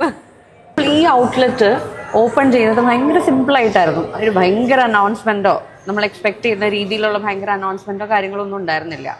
പക്ഷെ മൃണാളിന് ഈസിലി ആക്സസിബിൾ ആണ്. സെലിബ്രിറ്റീസ് ആവട്ടെ ഒക്കെ ആയിട്ട് ക്ലോസ് കണക്ഷൻ ഉണ്ട്, ഇല്ലെന്ന് പറയണ്ട, ഉണ്ട്. അപ്പോൾ അവരെ കൊണ്ടൊരു ഇനോഗ്രേഷൻ ചെയ്യിപ്പിക്കാൻ വളരെ ഈസിയാണ് സാധാരണ ഒരു ഹോട്ടൽ ഓണറിനെ സംബന്ധിച്ച് താങ്കൾക്ക്. പക്ഷെ അങ്ങനത്തെ ഒരു രീതിയിലുള്ള പ്രൊമോഷനോ അറ്റൻഷനോ ഒന്നും ഇതിന്. ഈ റെസ്റ്റോറന്റിനെ പറ്റിയിട്ടുള്ള 5 പ്രധാന പരാതികൾ ഞാൻ പറയട്ടെ. 1, ഒടുക്കത്തെ ക്യൂ ആണ്. സത്യമാണ്. 2, ക്യൂ നിന്ന് ബില്ല് ചെയ്താൽ ഭക്ഷണം കിട്ടാൻ പിന്നെ രണ്ടാമതൊരു ക്യൂ നിൽക്കണം. 3, ഇവിടെ ടെസ്റ്റിന്റെ ഒരുപാട് ശല്യമുണ്ട്. 4, പലപ്പോഴും സ്റ്റാഫ് ഭയങ്കര ഹാപ്പി ആയിട്ട് ചിരിച്ചുകൊണ്ടല്ല ഉണ്ടാവുന്നത്, അവരുടെ മേലെ ഹ്യൂജ് പ്രഷർ ഉണ്ട്. 5-മത്തത് ഇതുമായിട്ട് ബന്ധപ്പെട്ട കംപ്ലൈന്റ് അല്ല. പക്ഷെ ഈ 4 കാര്യം എന്താണെന്ന് അറിയാം, നമ്മൾ പ്രതീക്ഷയിലും കൂടുതൽ കസ്റ്റമേഴ്സോട് വരുന്നതാണ്. പക്ഷേ നിങ്ങൾ നോക്കൂ, ഇപ്പം 4:15 സമയം. ഇപ്പോഴും ഈ റെസ്റ്റോറൻറ്റിൽ എത്ര ടേബിൾ ആൾക്കാരുണ്ട്? ഒരു ആവറേജ് ഇത്രയും കുറച്ച് സാധനങ്ങൾ മാത്രം മെനുവിലുള്ള ഒരു റെസ്റ്റോറൻറ്റിൽ ഇത്രയും ആൾക്കാർ വൈകുന്നേരം ഉണ്ടാവുമോ? ഈ സമയത്ത് ഉണ്ടാവുമോ? അത് ഇന്നൊരു സാധാരണ ദിവസമല്ലേ, ഇന്നൊരു ഞായറാഴ്ചയോ ശനിയാഴ്ചയോ ഈദോ ക്രിസ്മസോ ഒന്നും അല്ലല്ലോ. അത്രയും പേര് ഇതൊന്നും ഇല്ലാണ്ട് തന്നെ വരികയാണ്. അപ്പൊ എന്റെ സിസ്റ്റംസ് എന്ന് പറയുന്നത് ഇത് ചെറിയ കുട്ടിയല്ലേ, ഇതിന് ബേബി സ്റ്റെപ്സ് എടുക്കണ്ടേ? ഇപ്പൊ നമ്മൾ എന്തെങ്കിലും കുറെ കഷ്ടപ്പെട്ട് ആരെങ്കിലൊക്കെ കൊണ്ട് പറയിപ്പിച്ചിട്ട് മമ്മൂട്ടിയൊക്കെ വന്നിട്ട് ഉദ്ഘാടനം ചെയ്യാന്ന് വിചാരിക്കും. എന്തായിരിക്കും ഇവിടുത്തെ അംഗം അല്ലേ? പുതിയൊരു ബിൽഡിംഗ് കൂടെ എടുക്കണ്ട. അല്ലെങ്കിൽ ഇപ്പൊ ഒരു മന്ത്രിയോ P. രാജീവ് വന്നിട്ട് ഉദ്ഘാടനം ചെയ്യാം. എന്തായാലും കുറേ കൂടുതൽ പേര് അറിയൂലേ? പിന്നെ അത് കൂടുതൽ എന്തായിരിക്കും ഇവിടെ അവസ്ഥ? കംപ്ലൈന്റ്സ് കൂടും. കസ്റ്റമേഴ്സ് എന്ന് പറഞ്ഞു കഴിഞ്ഞാൽ ഒരാളെ ഒരു ദിവസം എന്നോട് വന്നിട്ടുണ്ടല്ലോ, എന്റെ വീഡിയോസ് എനിക്ക് ഇഷ്ടമായതുകൊണ്ട് തന്നെ ഞാൻ വെറുതെ വിട്ടേക്കണമെന്ന് പറഞ്ഞിട്ട് പോയിട്ടുണ്ട് ഇവിടുന്ന്. അതേ അവിടുന്ന് ശരിക്കും. അത് ശരി. അപ്പം നന്നായി. കഴിഞ്ഞ വിഷുവിന് ഞങ്ങൾ സദ്യ ഉണ്ടാക്കിയിട്ട് ഞാനൊരു നീല ഷർട്ട് ഇട്ടിട്ടാ വന്നത്. ആ നീല ഷർട്ട് കുറച്ച് കഴിഞ്ഞപ്പോ കടും നീലയായി, മൊത്തം പേർത്തത് ചൂടുകൊണ്ട് മാത്രല്ല, ചില ആൾക്കാരുടെ മുഖണ്ടല്ല എന്താടാ, അവർക്ക് സന്തോഷം ഉണ്ടാവും. ഹ്യൂജ് ബിസിനസ്, ഹ്യൂജ് റവന്യൂ, അതില്ലാന്നല്ല ഞാൻ പറയുന്നത്. പക്ഷെ ഒരു കുട്ടിയല്ലേ, അതിനോട് ആദ്യം തന്നെ പോയിട്ട് 100 മീറ്റർ ഓടാൻ പറഞ്ഞു കഴിഞ്ഞാൽ എന്തിനാ അപ്പൊ തുമ്പിയെ കൊണ്ട് കല്ലടിപ്പിക്കുന്നത്? അതിനെ നമ്മള് തുമ്പിയെ കൊണ്ട് കല്ലടിപ്പിക്കുന്ന പരിപാടിയാണ് ഈ ചെറിയ ഇനാഗുറേഷന് നടക്കുന്നത്. ഒരു വലിയ ആള് വന്ന തുമ്പി ഇഷ്ടിക എടുക്കേണ്ടി വരും, മനസ്സിലായി, അത് ചത്തു. പിന്നെ വേറൊരു പോയിന്റ് ഓഫ് വ്യൂ നമ്മൾ നോക്കിയാൽ ഇതൊരു കൺവെൻഷണൽ റെസ്റ്റോറന്റ് ആണെങ്കിൽ മേ ബി ചെയ്യാം, കാരണം എല്ലാം ട്രെയിൻഡ് ആയിട്ടുള്ള ആൾക്കാരെ കൊണ്ടുവരാം. പക്ഷെ ഇത് ലോകത്തിൽ ആദ്യമായിട്ടാണ് ഒരു മലയാളി റെസ്റ്റോറന്റ് അല്ലെങ്കിൽ ഒരു ഇങ്ങനത്തെ ഫുഡ് ഉള്ള റെസ്റ്റോറന്റ് ഇത് ട്രൈ ചെയ്യുന്നത്. എവിടെ ഇട്ട് അവരെ ട്രെയിൻ ചെയ്യിക്കും? സ്ഥലമില്ല, സമയമില്ല. ഇതിനു മുമ്പ് ഇങ്ങനെ ഒരു സാധനം ചെയ്തിട്ടില്ലെന്നേ, അതുകൊണ്ട് കസ്റ്റമേഴ്സിനും ഇത് എന്താണെന്ന് അറിയില്ല. എക്സാമ്പിൾ കാണിച്ചു കൊടുക്കാനൊന്നുമില്ല. ഞങ്ങള് ഇപ്പൊ ബാംഗ്ലൂർ കഫേ, അല്ലെങ്കിൽ നമ്മുടെ താസാത്തിണ്ടി, രാമേശ്വരം കഫേ, ഇങ്ങനത്തെ കുറെ സ്ഥലങ്ങളുണ്ട്. പക്ഷെ അവരുടെ മെനു എന്ന് പറയുന്നത് ദോശ ഇഡ്ലി, ഇഡ്ലി ദോശ, ദോശ ഇഡ്ലി, മറ്റേ ബാത്ത്, മറ്റേ കേസരി ബാത്ത്, ഇതൊക്കെയാണ്. റിലേറ്റീവ്ലി ഇത് ഹ്യൂജ് ഡിഫറൻസ് ഉണ്ട്. അതൊരു പോയിന്റ്. ഇങ്ങനത്തെ ഒരു കോമ്പിനേഷൻ ഇവിടെ നിന്ന് ഭയങ്കര പെർമിറ്റേഷൻ കോമ്പിനേഷനിൽ ഫുഡ് ഓർഡർ ചെയ്യാൻ പറ്റും. ഒരാള് വന്നിട്ട് ചോറും റൈത്തി ഓർഡർ ചെയ്തെന്ന് വെച്ചോ, ചോറ് ഒരു കൗണ്ടറിൽ റൈത്ത വേറൊരു കൗണ്ടർ, ഇത് കോർഡിനേറ്റ് ചെയ്യലൊന്നും എളുപ്പമല്ല. എളുപ്പമല്ല എന്ന് പറയുമ്പോൾ ഒരാള് മാത്രമേ ഉള്ളൂ, ഒറ്റ ഓർഡറേ ഉള്ളൂ എങ്കിൽ യെസ് സിമ്പിൾ. ചുറ്റും ആൾക്കാർ ഇങ്ങനെ നിൽക്കുന്നുണ്ട്, എന്താണെന്ന് ചോദിച്ചുകൊണ്ട്. എക്സ്പീരിയൻസ് ആൾക്കാർക്ക് പോലും ചിലപ്പോ പെട്ടെന്ന് ഡീൽ ചെയ്യാൻ പറ്റിയെന്ന് ഇതിന് എക്സ്പീരിയൻസ് ഇല്ലല്ലോ മുമ്പ്. അതാ അല്ല ഞാൻ പറഞ്ഞ, ഈവൻ നിങ്ങളിപ്പോ ഒരു ട്രെയിൻ ചെയ്താൽ പോലും ഇറങ്ങുമ്പോ ചിലപ്പോ പെട്ടെന്ന് ട്രെയിനിങ് എന്ന് പറയുന്നത് suppose this is A test tube എന്ന് പറഞ്ഞിട്ട് ട്രെയിൻ ചെയ്യാൻ പറ്റൂല, ഇത് കാണിച്ചു തന്നെ കൊടുക്കണ്ടേ. ഇനി ഇപ്പൊ കുറച്ച് ദിവസങ്ങൾ കഴിയുമ്പോൾ കസ്റ്റമേഴ്സിനും അറിയാം എന്താ കേസ് എന്ന്, നമുക്കും അറിയാം. ഇനി ഒരാള് ഈ കോൺസെപ്റ്റ് വെച്ച് റെസ്റ്റോറന്റ് തുടങ്ങുകയാണെങ്കിൽ അയാൾക്ക് എളുപ്പമായിരിക്കും. ഞാൻ ഇനി ഒരു ബ്രാഞ്ച് തുടങ്ങുകയാണെങ്കിൽ എനിക്കും കുറേ കൂടെ എളുപ്പമായിരിക്കും. താങ്കളുടെ ഫ്രണ്ട് സർക്കിളിൽ ഇപ്പൊ പറഞ്ഞ പോലെ സെലിബ്രിറ്റീസ് ഉണ്ട്. എക്സാമ്പിൾ പറയുകയാണെങ്കിൽ ജീത്തു ജോസഫ് അല്ലെങ്കിൽ വിനീത് ശ്രീനിവാസൻ, അവർക്കൊക്കെ ഈ ഹോട്ടൽ ആക്സസിബിൾ ആണോ? ലൈക്ക് നമുക്ക് പാർക്കിംഗ് ഇല്ല, സെൽഫ് സർവീസ് ആണ്, അവർക്കൊക്കെ ആക്സസിബിൾ ആണോ? ഇവർ രണ്ടുപേരും ഇവിടെ വന്നിട്ടുണ്ട്. ഫോട്ടോ ഒന്നും കണ്ടില്ലല്ലോ. നിഖില വിമലിന്റെ കൂടെ ഞാൻ കണ്ടിരുന്നു, വീഡിയോ കണ്ടിരുന്നു. എന്നെ തെറി പറഞ്ഞുകൊണ്ടുള്ള ആയതുകൊണ്ട് നിങ്ങളൊക്കെ കാണും. വിനീത് ഇവിടെ വന്നിട്ട് നല്ലത് പറഞ്ഞാൽ നിങ്ങൾ കാണൂല. എനിക്കല്ല വിഷമമുണ്ട്, എന്നല്ലേ ചീത്ത പറഞ്ഞത്. ജീത്തു ഇവിടെ ഒരാഴ്ച മുമ്പ് വന്നൊരു ഭക്ഷണം കഴിച്ചിട്ടുണ്ട്. ഇവർക്ക് രണ്ടുപേർക്കും ഡ്രൈവർമാരുണ്ട്. ഓ അങ്ങനെ. എന്റെ ബെസ്റ്റ് അതായിരുന്നു, അവർ എവിടെ കാർ പാർക്ക് ചെയ്തു, എന്നിട്ട് ഇതിലൂടെ എങ്ങനെ നടന്നു വന്നു, അവർക്ക് എവിടെ വേണേ പോവാം. അല്ല രണ്ടുപേരും ഇപ്പൊ വിനീത് ചെന്നൈയിലാണെങ്കിൽ അദ്ദേഹം ഒറ്റയ്ക്ക് ഡ്രൈവ് ചെയ്യും, ഞാൻ അദ്ദേഹത്തിന്റെ കാറിൽ പല സ്ഥലത്തും പോയിട്ടുണ്ട്. ഇപ്പൊ ജീത്തു ഡ്രൈവ് ചെയ്ത കാറിൽ ഞാൻ പല സ്ഥലത്തും, അവർക്ക് ഒറ്റയ്ക്ക് ഡ്രൈവ് ചെയ്യുന്ന ഇഷ്ടം. പക്ഷെ ഇങ്ങനത്തെ ഒരു സ്ഥലത്ത് വരണമെങ്കിൽ അവർക്ക് അതൊരു പ്രശ്നമല്ലല്ലോ, അവർ ഡ്രൈവർമാരില്ലേ. പിന്നെ ആക്സസിബിൾ ആണോ എന്ന് ചോദിച്ചാൽ, ഇപ്പൊ നിങ്ങൾ കാറിലല്ലേ വന്നേ, നിങ്ങളുടെ കാറിന്റെ ഫ്രണ്ടിൽ പാർക്ക് ചെയ്തിട്ടുണ്ടോ? പ്രശ്നമൊന്നും ഉണ്ടായില്ലല്ലോ. നിങ്ങൾ ചെറിയ കുട്ടീനെ കൊണ്ടല്ലേ വന്നേ, ഇതിന് മുന്നേ വന്ന് ഇറങ്ങി കാർ അവിടെ എവിടെയെങ്കിലും പാർക്ക് ചെയ്താൽ പോരെ. ഇത് ഇപ്പൊ നിങ്ങളൊരു അക്ഷയ സെന്ററിൽ പോവാണെങ്കിൽ എന്നെ അത് നടന്നു നിർത്തില്ലല്ലോ, ഞങ്ങളെ ആർക്കും അറിയില്ലല്ലോ. സെലിബ്രിറ്റീസ് വരുമ്പോ അതിൽ ഡിഫറൻസ് ഉണ്ടല്ലോ. ജീത്തു ഒക്കെ ഉണ്ടല്ലോ, അയാള് അതായത് ദൃശ്യ സിനിമ ഇറങ്ങിയിട്ട് ദൃശ്യ സിനിമ ഇറങ്ങിയ അടുത്ത സിനിമ റിലീസ് ആവുന്നതിന് മുമ്പാണ് ഞാൻ ജീത്തുവിനെ പരിചയപ്പെടുന്നത്. 10-12 കൊല്ലത്തോളായെന്ന് തോന്നുന്നു, എത്ര കൊല്ലമായത് എനിക്ക് ഓർമ്മയില്ല. അന്ന് കാലിക്കറ്റ് നോട്ട്ബുക്ക് ദേറയിൽ വെച്ചിട്ടാണ് ഞങ്ങൾ ജീവിതത്തിൽ ആദ്യമായിട്ട് കാണുന്നത്. ഞങ്ങളിങ്ങനെ കുറെ നേരം സംസാരിച്ചുകൊണ്ടിരുന്നു. അപ്പൊ നോട്ട്ബുക്കിന് MD ഗോപിയേട്ടൻ ഇവിടെ ഇരിക്കുന്നുണ്ട്. എല്ലാം കഴിഞ്ഞ് ജീത്തു പോയപ്പോ ഗോപിയേട്ടൻ ചോദിക്കുക, ഇയാളാണോ ദൃശ്യം ഡയറക്ട് ചെയ്തത്, നമ്മളാണോ ഡയറക്ട് ചെയ്തത്? മനസ്സിലായോ? അതായത് ആ മനുഷ്യരങ്ങനെ ഒരു വലിയ ഭാവമേ ഇല്ല. വിനീതാണെങ്കിൽ ഇതേപോലത്തെ ഒരു മനുഷ്യനാണ്. അത് ഞാൻ ഇത്രായിരം പാട്ട് പാടിയിട്ടുണ്ടെന്നോ അല്ലെങ്കിൽ ഞാൻ ശ്രീനിവാസന്റെ മോനാന്നോ അതല്ല, പക്ഷെ അവരെ കാണുമ്പോ ആളുകൾക്കൊരു ക്യൂരിയോസിറ്റി, അവര് തടഞ്ഞു നിർത്തും. അത് ശരിയാണ്. പക്ഷെ അവരാളുകളോട് പെരുമാറുന്ന ഒരു രീതിയില് ആളുകളുടെ ആ ഒരു രീതി മാറും. അവര് ഭയങ്കര ഒരു ജെന്യുവൻ ആയിട്ടുള്ള ഒരു ചിരിയും ഒക്കെ ആവുമ്പോഴേ ഇവിടെ ഈ ഒരു സ്റ്റാൻഡിങ് ടേബിളിൽ നിന്നിട്ട് വിനീത് എത്ര നേരം ഇവിടെ ഉണ്ടായിരുന്നു, ചുറ്റും എത്രയോ ആൾക്കാരുണ്ടായിരുന്നു. അങ്ങേരെ ഒരു സാധാരണ മനുഷ്യനെ പോലെ നിന്ന് സാധാരണ പോലെ സംസാരിക്കുമ്പോ. നമ്മുടെ റിലയൻസ് ജിയോ ആദ്യം ഇൻട്രൊഡ്യൂസ് ചെയ്തപ്പം ഉണ്ടായിരുന്ന ഒരു ടാക്ടിക് ആയിരുന്നല്ലോ, ഫ്രീ ഡേറ്റ, ഫ്രീ കോൾസ് ഒക്കെ. ജിയോ അത് കഴിഞ്ഞ് എല്ലാരും ജിയോയിലോട്ട് എത്തിയപ്പോ ഇങ്ങനെ പയ്യെ റേറ്റ് കൂട്ടി. അതുപോലൊരു ടാക്ടിക്കും മൃണാളിൽ ഉണ്ടെന്ന് പറഞ്ഞാൽ നിങ്ങൾ പറഞ്ഞോ? അതിന് മറുപടി വേണ്ടേ? വേണം. നിങ്ങൾക്ക് എന്ത് വേണേ പറയാ, ഞാൻ വഴക്കിന് വരുന്നില്ലല്ലോ. ഇല്ല, നിങ്ങൾ വേണമെങ്കിൽ മൃണാള് ശരിയല്ലാന്നോ ശരിയാന്നോ, ഇത് നിങ്ങളുടെ പ്രശ്നമാണ്. പിന്നെ നിങ്ങൾ എന്നെ ആലോചിച്ച് നോക്ക്. സെക്കൻഡ് നമുക്ക് ഈ മുട്ട ബജ്ജി കഴിച്ചിട്ട് ആലോചിക്കാം, തണുത്തു പോയില്ലെങ്കിൽ. മറ്റേ ഗോലി ആസാനല്ല, ഇതാണ് ഗോലി ബജ്ജി. Okay sir.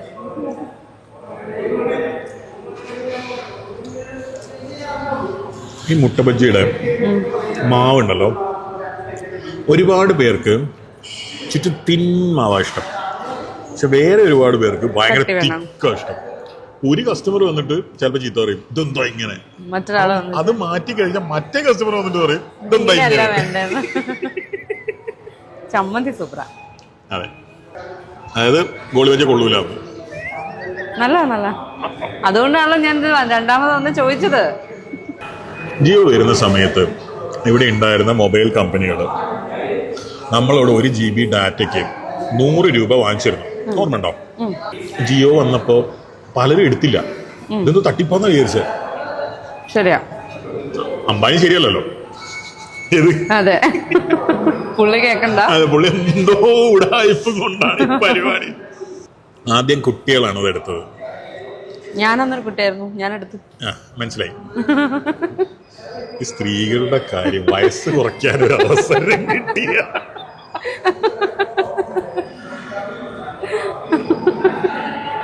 ഓക്കെ, ജീനിലുണ്ടത്, അതുകൊണ്ടാ. ആയിക്കോട്ടെ, വിരോധില്ല. കുട്ടികൾ എടുത്തു തുടങ്ങി. കുറേ കാലം ഇതിങ്ങനെ പോയി, ഒരു പ്രശ്നമില്ല. അപ്പം മുതിർന്നവർക്കും തോന്നാൻ തുടങ്ങി നമ്മൾ എന്തിനാ വെറുതെ റീചാർജ് ചെയ്യുന്നത്. എല്ലാരും രണ്ടാമതൊരു സിമ്മായിട്ട് ജിയോ എടുത്തു. പിന്നെ ജിയോ മാത്രമേ മാറി. ഭാരതി എയർടെൽ എന്ന് പറയുന്ന മറ്റേ മിത്തലിന്റെ കമ്പനിയും അവരിങ്ങനെ നോക്കിയിരിക്കുകയായിരുന്നു, ഇയാൾ എന്ത് കുരിശാണ് കാണിക്കാൻ പോകുന്നത്. ഭാരതി എയർടെൽ ഭയങ്കര വലിയ കമ്പനിയാണല്ലോ എന്തൊക്കെ പറഞ്ഞാലും. ഇന്ത്യയിൽ മാത്രമല്ല, ഇപ്പൊ ശ്രീലങ്കയിലും ഒക്കെ ഓപ്പറേറ്റ് ചെയ്യുന്ന കമ്പനിയാണ്.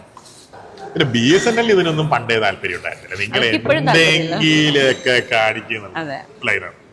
എല്ലാരും ജിയോയിലേക്ക് സത്യത്തിൽ വന്നിട്ടുണ്ടായിരുന്നില്ല. എയർടെലിനെ ജിയോ തോപ്പിച്ചത് വളരെ വൈകിയാണ്. എയർടെൽ ഭയങ്കര വലിയ സാധനമാണ്, നിസ്സാരമല്ല. പക്ഷേ ജിയോയുടെ ടെക്നോളജി, ജിയോയുടെ സംഭവങ്ങൾ എല്ലാം ആക്സെപ്റ്റബിൾ ആണെന്ന് ജനം മുഴുവൻ മനസ്സിലാക്കിയപ്പോൾ, നല്ലതാണെന്ന് വളരെ പതുക്കെ മനസ്സിലാക്കിയുള്ളൂ. ഒരു ദിവസം രാവിലെ കംപ്ലീറ്റ് ആൾക്കാർ ഇങ്ങോട്ട് വന്നില്ല. അവരൊരു ഇനീഷ്യൽ ഓഫറാണ് കൊടുത്തിരുന്നത്, ഇത് ഫ്രീ ആണെന്നുള്ളത്. അവർ കാലാകാലം ഇത് ഫ്രീ ആയിട്ട് തരാമെന്ന് അവരൊരിക്കലും പറഞ്ഞിട്ടില്ല. അവർ ചെറിയൊരു പൈസ വെച്ച് അപ്പോഴും ആ പൈസ ബാക്കിയുള്ളവരെക്കാളും കുറവായിരുന്നു, അല്ലേ? അങ്ങനല്ലേ? ഇപ്പോഴും ആ പൈസയൊക്കെ തന്നെയല്ലേ നമ്മൾ കൊടുക്കുന്നുള്ളൂ. 3400 രൂപയെങ്ങാനാണ് ഞാനിപ്പോ ഒരു കൊല്ലത്തേക്ക് റീചാർജ് ചെയ്തത്. ഈ മാസം എന്ന് പറഞ്ഞാൽ 28 ദിവസമാണ് മൊബൈൽ കമ്പനികളുടെ ഒരു മാസം, അല്ലാതെ 30 ദിവസം അല്ല. അപ്പൊ അങ്ങനെ കൂട്ടി 200 ചില്ലറ രൂപയിലേ വരുന്നുള്ളൂ. ഇത്രയും ഡാറ്റയും ഇത്രയും കോളും എല്ലാം ഇല്ലേ? അത് എന്ന് പറയുന്നത് എന്തൊക്കെയായാലും അതിനുശേഷമാണല്ലോ ഈ ഫ്രീ കോൾസ് ഒക്കെ ബാക്കി സിമ്മുകാരും എനിക്ക് തോന്നുന്നു. അതാണ് ഞാൻ പറഞ്ഞു വരുന്നത്. അതെന്തുകൊണ്ട് ബാക്കിയുള്ള കമ്പനികൾക്ക് ജിയോനനുസരിച്ച് മാറേണ്ടി വന്നു എന്ന് പറഞ്ഞാൽ എല്ലാവരും ജിയോയിലേക്ക് പോകുന്ന അവസ്ഥ വന്നു. ഈ റെസ്റ്റോറന്റിനെ സംബന്ധിച്ചിടത്തോളം ഒരിക്കലും അങ്ങനെ സംഭവിക്കില്ല. കാരണം എടപ്പള്ളിയില് ലുലു മോളിൽ തന്നെ 70,000 ആൾക്കാരൊക്കെ വന്ന ദിവസം ഉണ്ട് അത്ര. നമ്മൾ ഈ ഇരിക്കുന്നതിന്റെ ഒരു 5 കിലോമീറ്റർ ചുറ്റളവിൽ എങ്ങനെ പോയാലും 2-3 ലക്ഷം ആൾക്കാരുണ്ടാവും മിനിമം. കൊച്ചിയിലും കൊച്ചിയുടെ ഒരു 1 hour ഡിസ്റ്റൻസിലും 50 ലക്ഷത്തോളം ആൾക്കാരുണ്ടെന്നൊക്കെ പറയുന്നുണ്ട്. ഈ 3 ലക്ഷം ആൾക്കാർ ഇവിടെ വന്നിട്ട് ഭക്ഷണം കഴിക്കും. അങ്ങനെ ഒരു സാഹചര്യം ഉണ്ടെങ്കിലല്ലേ ബാക്കിയുള്ള റെസ്റ്റോറൻറ്റുകൾക്ക് എന്തെങ്കിലും പേടിക്കേണ്ട ഒരു കാര്യമുള്ളൂ. ഇവിടെ എത്ര പേര് വരാറ്? 1000 പേര്. 1000 പേരൊക്കെ ഇവിടെ തുടക്കമാണ്. 1000 മേ ബി 1000 എന്നുള്ളത് 2000 3000 ആവുമായിരിക്കും. കൊള്ളണ്ടേ? ജിയോക്ക് ആ പ്രശ്നമില്ല. ജിയോക്ക് 147 കോടിയാണ് ഇന്ത്യയിലെ ജനസംഖ്യ. ഇന്നലെ ഹിന്ദു റിപ്പോർട്ട് ചെയ്തിട്ടുണ്ട്. 147 കോടി പേര് 2 സിം വെച്ചെടുത്താലും ജിയോ അത് കൊടുക്കൂലേ? പിന്നെ അത് മറ്റുള്ള കമ്പനികൾക്ക് അറിയുന്നതുകൊണ്ടല്ലേ അവര് റേറ്റ് കുറയ്ക്കുകയും സർവീസിന്റെ ക്വാളിറ്റി ബെറ്റർ ആക്കുകയും ചെയ്തത്. ഇവിടെ ആ പ്രശ്നമില്ല. പിന്നെ മാത്രമല്ല, ഇതിനേക്കാളും വില കുറഞ്ഞ സ്നാക്സ് കിട്ടുന്ന സ്ഥലമില്ലേ? അല്ല, അവര് ക്രൂഡ് ഓയിലൊക്കെ പൊരിക്കുന്നുണ്ടാവുമായിരിക്കും, അത് എനിക്കറിയില്ല, ഐ ആം നോട്ട് ഷുവർ. എന്തായാലും വെളിച്ചെണ്ണയിലും കൊള്ളാവുന്ന വേറെ എന്തെങ്കിലും എണ്ണയിലും പൊരിച്ചിട്ട് 10 രൂപയിൽ താഴെ കൊടുക്കാൻ പറ്റില്ല. ഇപ്പൊ നമ്മള് ചായ വെക്കുന്നത് നഷ്ടത്തിലാണ്. 10 രൂപയുടെ ചായ. പാല് നല്ല കമ്പനിയുടെ പാലാണ്. പാല്, പഞ്ചസാര എല്ലാം ചായപ്പൊടി എല്ലാം നമ്മൾ ഒരു കോംപ്രമൈസും ഇല്ല. ആ ചായക്ക് 8 രൂപ 30 ചില്ലറ പൈസ കോസ്റ്റ് മാത്രം വരും. ജസ്റ്റ് ചായപ്പൊടി, പാല്, പഞ്ചസാര, പിന്നെ ഗ്യാസ്. 10 പേര് ചായ കുടിച്ചാൽ എനിക്ക് 15 രൂപ കിട്ടുക. അതിൽ ഇലക്ട്രിസിറ്റിയോ ലാഭമല്ല, ഗ്രോസ് പ്രോഫിറ്റ്. അതിൽ നിന്ന് വേണം സാലറി കൊടുക്കാൻ, ഇലക്ട്രിസിറ്റി ബില്ല് അടക്കാൻ, എല്ലാം ചെയ്യാൻ. 10 പേര് ചായ കുടിക്കുമ്പോൾ ഒരാളുടെ കയ്യിൽ നിന്ന് ഒരു ഗ്ലാസ് പൊട്ടിയാലോ? ആ കാശ് നമ്മൾ അയാളുടെ വാങ്ങുന്നില്ലല്ലോ. ഇന്നലെ ആരോ പറയുന്നുണ്ടായിരുന്നു, എത്ര ഗ്ലാസ് ആടാ? 258 ഗ്ലാസ് എങ്ങാനും കാണാനില്ലല്ലേ? കുടിച്ചിട്ട് അങ്ങനെ അല്ല, പൊട്ടിയതാ. അങ്ങനെ ഗ്ലാസ് അല്ലേ, പൊട്ടൂലേ? ഇവിടുന്ന് മോഷ്ടിച്ചോണ്ട് വന്നത് എന്താണെന്നറിയോ? അവിടെ ഒരു ചൈനീസ് പസിലുണ്ട്, അതിൽ കുറെ ചെറിയ ചെറിയ സാധനങ്ങളുണ്ട്. അപ്പൊ ഈ ഹൈറ്റിലുള്ള കുട്ടികൾ വരുമ്പോ ഓരോന്നെടുത്തോണ്ട് പോ. എടുത്തോണ്ട് പോകും. അതല്ലാതെ വേറെ അത് പിള്ളേരുടെ ബേസിക് നേച്ചർ ആണല്ലോ. അയ്യോ സി നടന്ന് അവിടെ എത്തിയിട്ടാകുമ്പോ അമ്മമാര് കയ്യിൽ നിന്ന് ഇവിടെ തിരിച്ചോണ്ട് തരാറുണ്ട്. അപ്പോഴായിരിക്കും അവര് കാണുന്നത്. അതെ. ഓക്കെ. അതുകൊണ്ട് തന്നെ see I can do that. കാരണം ബാക്കിയുള്ള റെസ്റ്റോറൻറ്റ്സ് ഇതിലേക്ക് ചേഞ്ച് ചെയ്യേണ്ട ഒരു സാഹചര്യവും ഇല്ല. അതുപോലെ തന്നെ ഞാൻ അങ്ങനെ ഇതിന്റെ എനിക്ക് ഒരു മിനിമം ലാഭം വേണം. ലൈക്ക് ഒരു I need profit of less than 10%. 10% പോലും വേണ്ട, ലെസ് ദാൻ 10% മതി. അത് കിട്ടുന്നില്ലെങ്കിൽ ഞാൻ വില കൂട്ടേണ്ടി വരും. അല്ലെങ്കിൽ ഞാൻ മറ്റേ നമ്പർ 20 മദ്രാസ് മെയിൽ പറഞ്ഞ എസ്റ്റേറ്റ് വിൽക്കേണ്ടി വരും. ഈ എസ്റ്റേറ്റ് വിൽക്കുന്ന കാര്യത്തിൽ വേറെ പ്രശ്നമുണ്ട്. എനിക്ക് എസ്റ്റേറ്റ് ഇല്ല, അതാണ് പ്രശ്നം. അത് ആദ്യം മേടിക്കണം, മേടിച്ചു എന്നിട്ട് വിൽക്കണം. ഇതില് ലാഭം ഉണ്ടാക്കിയിട്ട് വേണം അത് മേടിക്കാന്ന്. ഇപ്പൊ ഈ മറ്റ് ഹോട്ടൽസിന്റെ കാര്യം പറഞ്ഞതുകൊണ്ടാ ശരിക്കും നമ്മുടെ ഈ ഹംഗ്രി മൃണാളുടെ ഒരു കൺസെപ്റ്റും ഒക്കെ വെച്ചിട്ട് താങ്കളിപ്പം ചുറ്റിനും ഈ എടപ്പള്ളിയിൽ തന്നെ ഒരുപാട് റെസ്റ്റോറൻറ്റ്സ് ഉണ്ടാവും. ആ റെസ്റ്റോറൻറ്റ് ഓണേഴ്സിനും ഒക്കെ ഒരു വെല്ലുവിളിയാണോ അതൊരു ഇൻസ്പിറേഷൻ ആണോ? ഏത് രീതിയിലായിരിക്കും താങ്കളെ അവർ കാണുക എന്ന് ചിന്തിച്ചിട്ടുണ്ടോ എപ്പോഴെങ്കിലും? അവരെ ഇത് ബാധിക്കുന്നേ ഉണ്ടാവില്ല ഒരിക്കലും അല്ല. നോർമലി ഒരാൾ ചിന്തിക്കില്ല, അയ്യോ അവന് നല്ല കച്ചവടം ഉണ്ട്, അത് എന്തുകൊണ്ടായിരിക്കും, അത് നല്ല റീസൺ ആണെങ്കിൽ അതിലോട്ട് അഡാപ്റ്റ് ചെയ്യാനോ? ഒരു നല്ല ബിസിനസ്സുകാരൻ എപ്പോഴും കോമ്പറ്റീഷൻ ഫോക്കസ്ഡ് ആയിരിക്കില്ല, കസ്റ്റമർ ഫോക്കസ്ഡ് ആയിരിക്കും. ക്വാളിറ്റി. ഒരു ഉദാഹരണം പറയാം. ഞാൻ ദേവപുട്ടിന്റെ കാര്യം പറഞ്ഞില്ലേ, ദേവപുട്ടിൽ ആരാ പോകുന്നു? ഒരു അയാൾക്ക് കാറ് പാർക്ക് ചെയ്യണം. ദേവപുട്ടില് നിങ്ങളിപ്പോ ദേവപുട്ടിൽ പോയിന്ന് വെച്ചാൽ, അല്ലെങ്കിൽ അങ്ങനത്തെ ഏതെങ്കിലും ഒരു റെസ്റ്റോറൻറ്റിൽ പോയിന്ന് വെച്ചാൽ, MRAയുടെ മുമ്പിൽ പോയിന്ന് വെച്ചാൽ, അവിടെ കൊടയും പിടിച്ചൊരു സെക്യൂരിറ്റി നിൽക്കുന്നുണ്ട് മഴയത്ത്. നിങ്ങൾക്ക് ആ കൊടയിലേക്ക് കയറി അയാളെ നിങ്ങളെ റെസ്റ്റോറൻറ്റിൽ കൊണ്ടുവിടും. ഇവിടെ ആരെന്ത് കൊണ്ടുവിട? അതില്ല, മഴ പെയ്ത നിങ്ങൾ നനയും. രണ്ടാമത്തത് ഇങ്ങനെ അകത്ത് കയറി, അപ്പൊ അവിടെ ഡോറ് തുറന്നു തരാൻ ഒരാള് നിൽക്കുന്നുണ്ടോ? എന്റെ തൃപ്പൂണിത്തുറ റെസ്റ്റോറന്റില് ഡോറ് പുഷാണോ പുള്ളാണോ അറിയാത്തതുകൊണ്ട് അതിന്റെ സ്പ്രിങ് ഇന്ന് മാറ്റാൻ പോവാണ്. കാരണം കസ്റ്റമേഴ്സ് അങ്ങനെ ഇങ്ങനെ തുറന്നിട്ട്, അതാണ് ഇവിടുത്തെ അവസ്ഥ. അപ്പൊ പിന്നെ ഇതുപോലെ ക്യൂ നിന്ന് അവിടെ ബില്ല് ചെയ്യണോ? വേണ്ട, ടേബിളിൽ മതി. നിങ്ങളിങ്ങനെ കൈപോക്കിയ ആൾക്കാർ വരും. എത്ര പേര്? കമ്പയർ ചെയ്യാൻ പറ്റുന്ന എന്തായിരിക്കും? ഹൈജീൻ സ്റ്റാൻഡേർഡ്സ് കമ്പയർ ചെയ്യാൻ പറ്റുമായിരിക്കും, എയർ കണ്ടീഷനിങ് കമ്പയർ ചെയ്യാൻ പറ്റുമായിരിക്കും, വാഷ്റൂംസ് ന്റെ ക്വാളിറ്റി കമ്പയർ ചെയ്യാൻ പറ്റുമായിരിക്കും, ഫുഡിന്റെ ക്വാളിറ്റി ഡെഫിനറ്റ്ലി കമ്പയർ ചെയ്യാൻ പറ്റുമായിരിക്കും, വേണമെങ്കിൽ ടേസ്റ്റ് കമ്പയർ ചെയ്യാൻ പറ്റുമായിരിക്കും. ഇതല്ലാതെ ഒരു കമ്പാരിസണും ഇല്ല. നിങ്ങൾ പറയുന്നത് എന്താണെന്ന് വെച്ച് കഴിഞ്ഞാല്, മറ്റേ നമ്മള് 80 രൂപയ്ക്ക് എടുക്കുന്ന ടിക്കറ്റും മറ്റേ ഐനോക്സിൽ എടുക്കുന്ന ടിക്കറ്റും തമ്മിൽ കമ്പയർ ചെയ്യുന്ന എയർപോർട്ടാണ് പറയുന്നത്. 80 രൂപയ്ക്ക് എടുക്കുന്ന ടിക്കറ്റിൽ AC ഉണ്ടാവും, സിനിമ നന്നായി. വനിതാ വിനീതയില് നമ്മൾ 100 രൂപയ്ക്ക് ടിക്കറ്റ് എടുക്കില്ലേ? PVRൽ ഇതേ സിനിമയ്ക്ക് 850 രൂപയ്ക്ക് ടിക്കറ്റ് എടുക്കില്ലേ? വനിതാ വിനീത PVRന്റെ ഭീഷണിയാണോ? ഒരിക്കലും അല്ല. രണ്ട് കസ്റ്റമർ. കൊള്ളാവുന്ന ബിസിനസ്സുകളെല്ലാം കസ്റ്റമർ ഫോക്കസ്ഡ് ആയിരിക്കും, ഒരിക്കലും കോമ്പറ്റീഷൻ ഫോക്കസ്ഡ് ആയിരിക്കില്ല. കോമ്പറ്റീഷനെ പറ്റിയിട്ട് അവരങ്ങനെ ബോധർ ചെയ്യില്ല. കസ്റ്റമറെ പറ്റി ആലോചിക്കുക. അതായത് ഇവിടെ വരുന്നൊരു കസ്റ്റമർക്ക് ഒരു ബെറ്റർ ടേബിൾ സർവീസ് എങ്ങനെ കൊടുക്കാം, അല്ലെങ്കിൽ ഇവിടെ വരുന്നൊരു കസ്റ്റമർക്ക് ഏത് രീതിയിൽ ഇനി ഒരു ബെറ്റർ വാല്യൂ കൊടുക്കാൻ പറ്റുക, ഇവിടെ വരുന്ന കസ്റ്റമർക്ക് ബെറ്റർ ക്രോക്കറിയിൽ നമുക്ക് കൊടുക്കാൻ പറ്റുമോ, അല്ലെങ്കിൽ അവിടെ അങ്ങനെ ഒരു പ്രൊഡക്റ്റ് കേട്ടു നമുക്ക് എന്തുകൊണ്ട്. ഇപ്പൊ ദിലീപ് പറയണ കേട്ടിട്ടുണ്ടോ, മാമ്പഴവും പുട്ടും കഴിക്കുന്ന ഒരു സംഭവം, ഒരു റീല്. എത്ര റെസ്റ്റോറൻറ്റ്സ് ആണ് അത് കഴിഞ്ഞിട്ട് മാമ്പഴവും പുട്ടും തുടങ്ങിയത് അല്ലേ? അപ്പൊ അങ്ങനത്തെ കാര്യങ്ങളായിരിക്കും അവര്. ഞാൻ ഒരിക്കലും മാമ്പഴവും പുട്ടും ഇവിടെ തുടങ്ങില്ല. നമ്മുടെ വേറൊരു ഐഡിയ പരിപാടി അതല്ല. കുറെ സ്ഥലത്ത് പോയി റിവ്യൂ ഇടുന്ന ആളാണല്ലോ. അപ്പം നമുക്ക് പേഴ്സണൽ കണക്ഷൻ ഉള്ള ഒരു റെസ്റ്റോറൻറ്റിൽ പോയി, അവിടുത്തെ ഫുഡ് ഭയങ്കര മോശമായിരുന്നു. പക്ഷെ താങ്കള് എപ്പോഴെങ്കിലും അല്ലെങ്കിൽ ഒരു വീഡിയോയിൽ വന്നിട്ട് അവിടുത്തെ ഫുഡ് സൂപ്പറാണ് എന്ന് പറഞ്ഞിട്ടുണ്ടോ? അല്ലെങ്കിൽ ഒന്നും പറയാതിരുന്നിട്ടുണ്ടോ? ഇല്ല, ചെയ്തിട്ടേ ഇല്ല. എനിക്ക് പേഴ്സണൽ കണക്ഷൻസ് ഉള്ള റെസ്റ്റോറൻറ്റുകൾ വളരെ കുറവാണ്. എന്റെ കൺസൾട്ടൻസി കമ്പനി ഇന്ത്യക്കാർക്ക് വേണ്ടി വർക്ക് ചെയ്യുന്നത് വളരെ കുറവാണ്. പുറത്തോട്ടാണ്. ഇന്നസെന്റ് പറഞ്ഞാലും മലയാളീസ് ഡേറ്റി ഫെലോസ് ആണല്ലോ.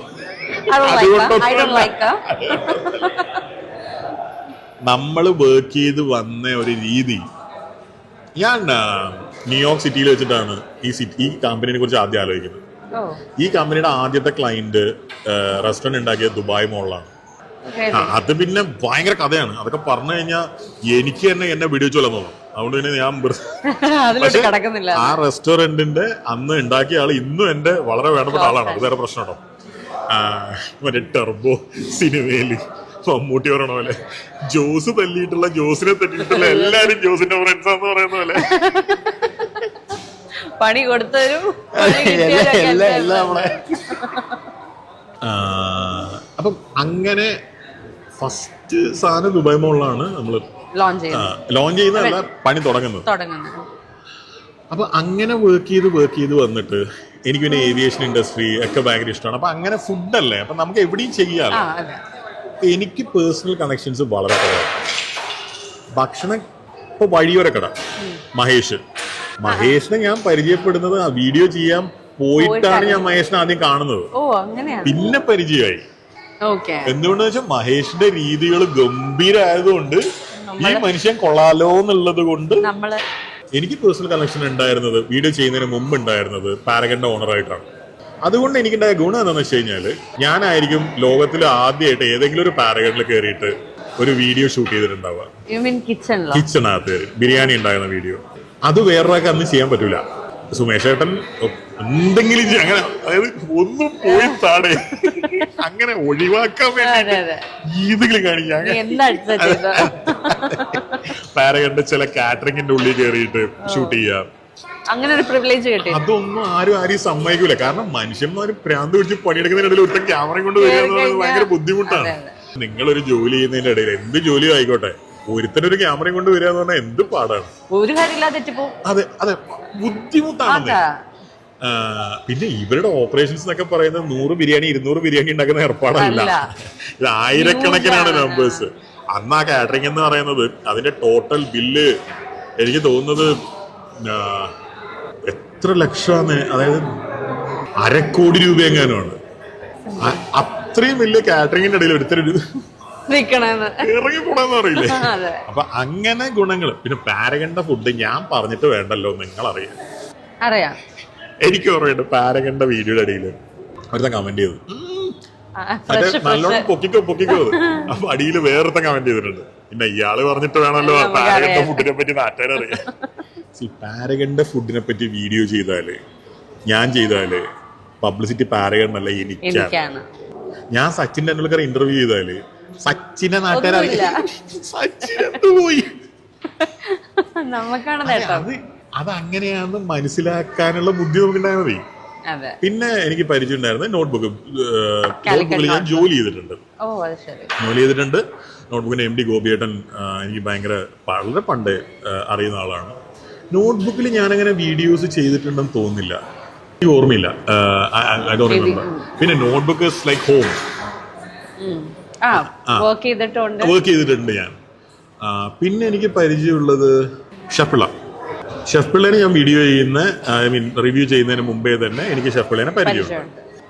പിന്നെ ഷെഫ് പിള്ളേടെ ഞാൻ വീഡിയോ ചെയ്തിട്ടുള്ളത് അതിന്റെ അകത്തെ കിച്ചണും ഹൗസ് കിച്ചൺ അല്ലാത്ത കാര്യങ്ങളാണ്.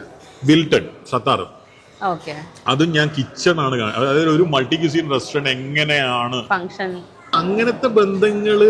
ഒന്നാമത് ഈ വിൽട്ടണോ ഷെഫ് പിള്ളക്കോ നോട്ട്ബുക്കിനോ പാരഗണിനോ എന്നെ കൊണ്ട് ഒന്നും കിട്ടാനില്ല. നോട്ട്ബുക്ക് എന്ന് പറഞ്ഞു കഴിഞ്ഞാൽ UAE ഏറ്റവും കൂടുതൽ ബ്രാഞ്ചുകളുള്ള റെസ്റ്റോറന്റ് ചെയിനാണ്, മലയാളി റെസ്റ്റോറന്റ് ചെയിനാണ്. UAE അല്ല, ഗൾഫിലെ. വിൽട്ടണില് ഫോട്ടോസ് ഉണ്ട്, വാളുകളില് ഫോട്ടോസ് വെച്ചിട്ടുണ്ട് അവിടെ വിസിറ്റ് ചെയ്ത ആൾക്കാരുടെ. വിൽട്ടണില് 300 ചില്ലറ സീറ്റ് ഉണ്ട്. അപ്പൊ ചുമര എത്ര വലുതായിരിക്കും? ചുമര സ്ഥലം ബാക്കിയില്ല. കുട്ടി ഫ്രെയിംസ് ആണ്. അവർക്ക് എന്നെ കൊണ്ട് എന്ത് കിട്ടാനാണ്? ഒന്നും കിട്ടാനില്ലല്ലോ. അവർക്കൊന്നും എന്നെ കൊണ്ട് ഒരു ആവശ്യം, എനിക്ക് അവരെ കൊണ്ടാണ് ആവശ്യം. ഇപ്പൊ വിൽട്ടണിന്റെ പോലത്തെ ഒരു കിച്ചൺ കാണിച്ചു കൊടുക്കുക, അല്ലെങ്കിൽ പാരഗൺ എങ്ങനെയാ ബിരിയാണി ഉണ്ടാക്കുന്നത് കാണിച്ചു കൊടുക്കുക, അങ്ങനത്തെ സംഭവങ്ങൾക്കാണ് ആ പരിചയങ്ങൾ ഉപയോഗിച്ചിട്ടുള്ളത്. അതായത് അവരുടെ ഫുഡ് വലിയ സംഭവം എന്ന് പറയാനൊന്നും അതിന്റെ ആവശ്യം അവർക്കും ഇല്ല, എനിക്കത് കള്ളം പറയേണ്ട കാര്യമില്ല. It's already good. പിന്നെ ചില സമയത്ത് മിണ്ടാതിരിക്കും. അതെന്തിനാന്ന് വെച്ചാൽ ഞാൻ ഒരു തവണ ഡ്രൈവ് ചെയ്ത് പോവുകയാണ് കോവിഡിന്റെ സമയത്ത്. ഇപ്പം കണ്ണൂരിൻ്റെയും പഴയങ്ങാടിയുടെ ഇടയില മറ്റോ ആണ്. അതായത് ആ ഒരു റോഡുണ്ട്, പഴയങ്ങാടി വഴിയുള്ളൊരു റോഡുണ്ട്. ആ റോഡിന്റെ സൈഡിൽ കുറച്ച് സ്ത്രീകൾ നടത്തുന്നൊരു കടയുണ്ടായിരുന്നു. നമ്മൾ ഭയങ്കര പ്രതീക്ഷയോടെ പോയിട്ട് ഭക്ഷണം നല്ലതായിരുന്നില്ല. ഞാൻ ഷൂട്ട് ചെയ്ത് മുഴുവൻ ഡിലീറ്റ് ചെയ്ത് കളഞ്ഞു. കാരണം എന്താണെന്ന് വെച്ച് കഴിഞ്ഞാൽ അവർക്ക് അറിയില്ല, അവർ തുടക്കമാണ്. അവർ നന്നാവുമെന്ന് എനിക്ക് ഉറപ്പുണ്ടായിരുന്നു. അതുകൊണ്ട് തളർത്തണ്ടെന്ന് വെച്ച് കഴിഞ്ഞാൽ ഞാൻ വീഡിയോ ചെയ്തിട്ട് അവിടെ ആരും പോകാതിരിക്കൊന്നുമില്ല. പക്ഷെ ആ സ്ത്രീകൾ എങ്ങാനും ആ വീഡിയോ കണ്ട ചിലപ്പോ അവർക്ക് ഇത് കണ്ടിന്യൂ ചെയ്യാനുള്ള ഒരു മടി. ഞാൻ വലിയ ആളായോണ്ടല്ലോ കേട്ടോ. നമ്മളൊരു പരിപാടി ഒരു കുട്ടി അക്ഷരം പഠിക്കുകയാണ്, അതിനപ്പം തന്നെ പോയിട്ട് നിനക്ക് വല്ല വിദ്യാഭ്യാസം ഉണ്ടോ, നിനക്ക് എന്താ അറിയാ എന്നൊക്കെ ചോദിച്ചാൽ അതിനെ ചൊറിയാൻ പോയി കഴിഞ്ഞാൽ അതിന് പിന്നെ പുസ്തകം കാണുമ്പോഴേ ദേഷ്യം വരും അല്ലേ. അങ്ങനെ ഉണ്ടായിട്ടുണ്ട്. പിന്നെ അതുപോലെ ചില ആളുകൾ റിക്വസ്റ്റ് ചെയ്തിട്ടുണ്ട്. പാലക്കാട്ടെ ഒരു റെസ്റ്റോറൻറ്റ്, പെരിയാട്ട റെസ്റ്റോറൻ്റ് ആണ്, അവിടെ പോയി ഞാൻ വീഡിയോ ഷൂട്ട് ചെയ്തു.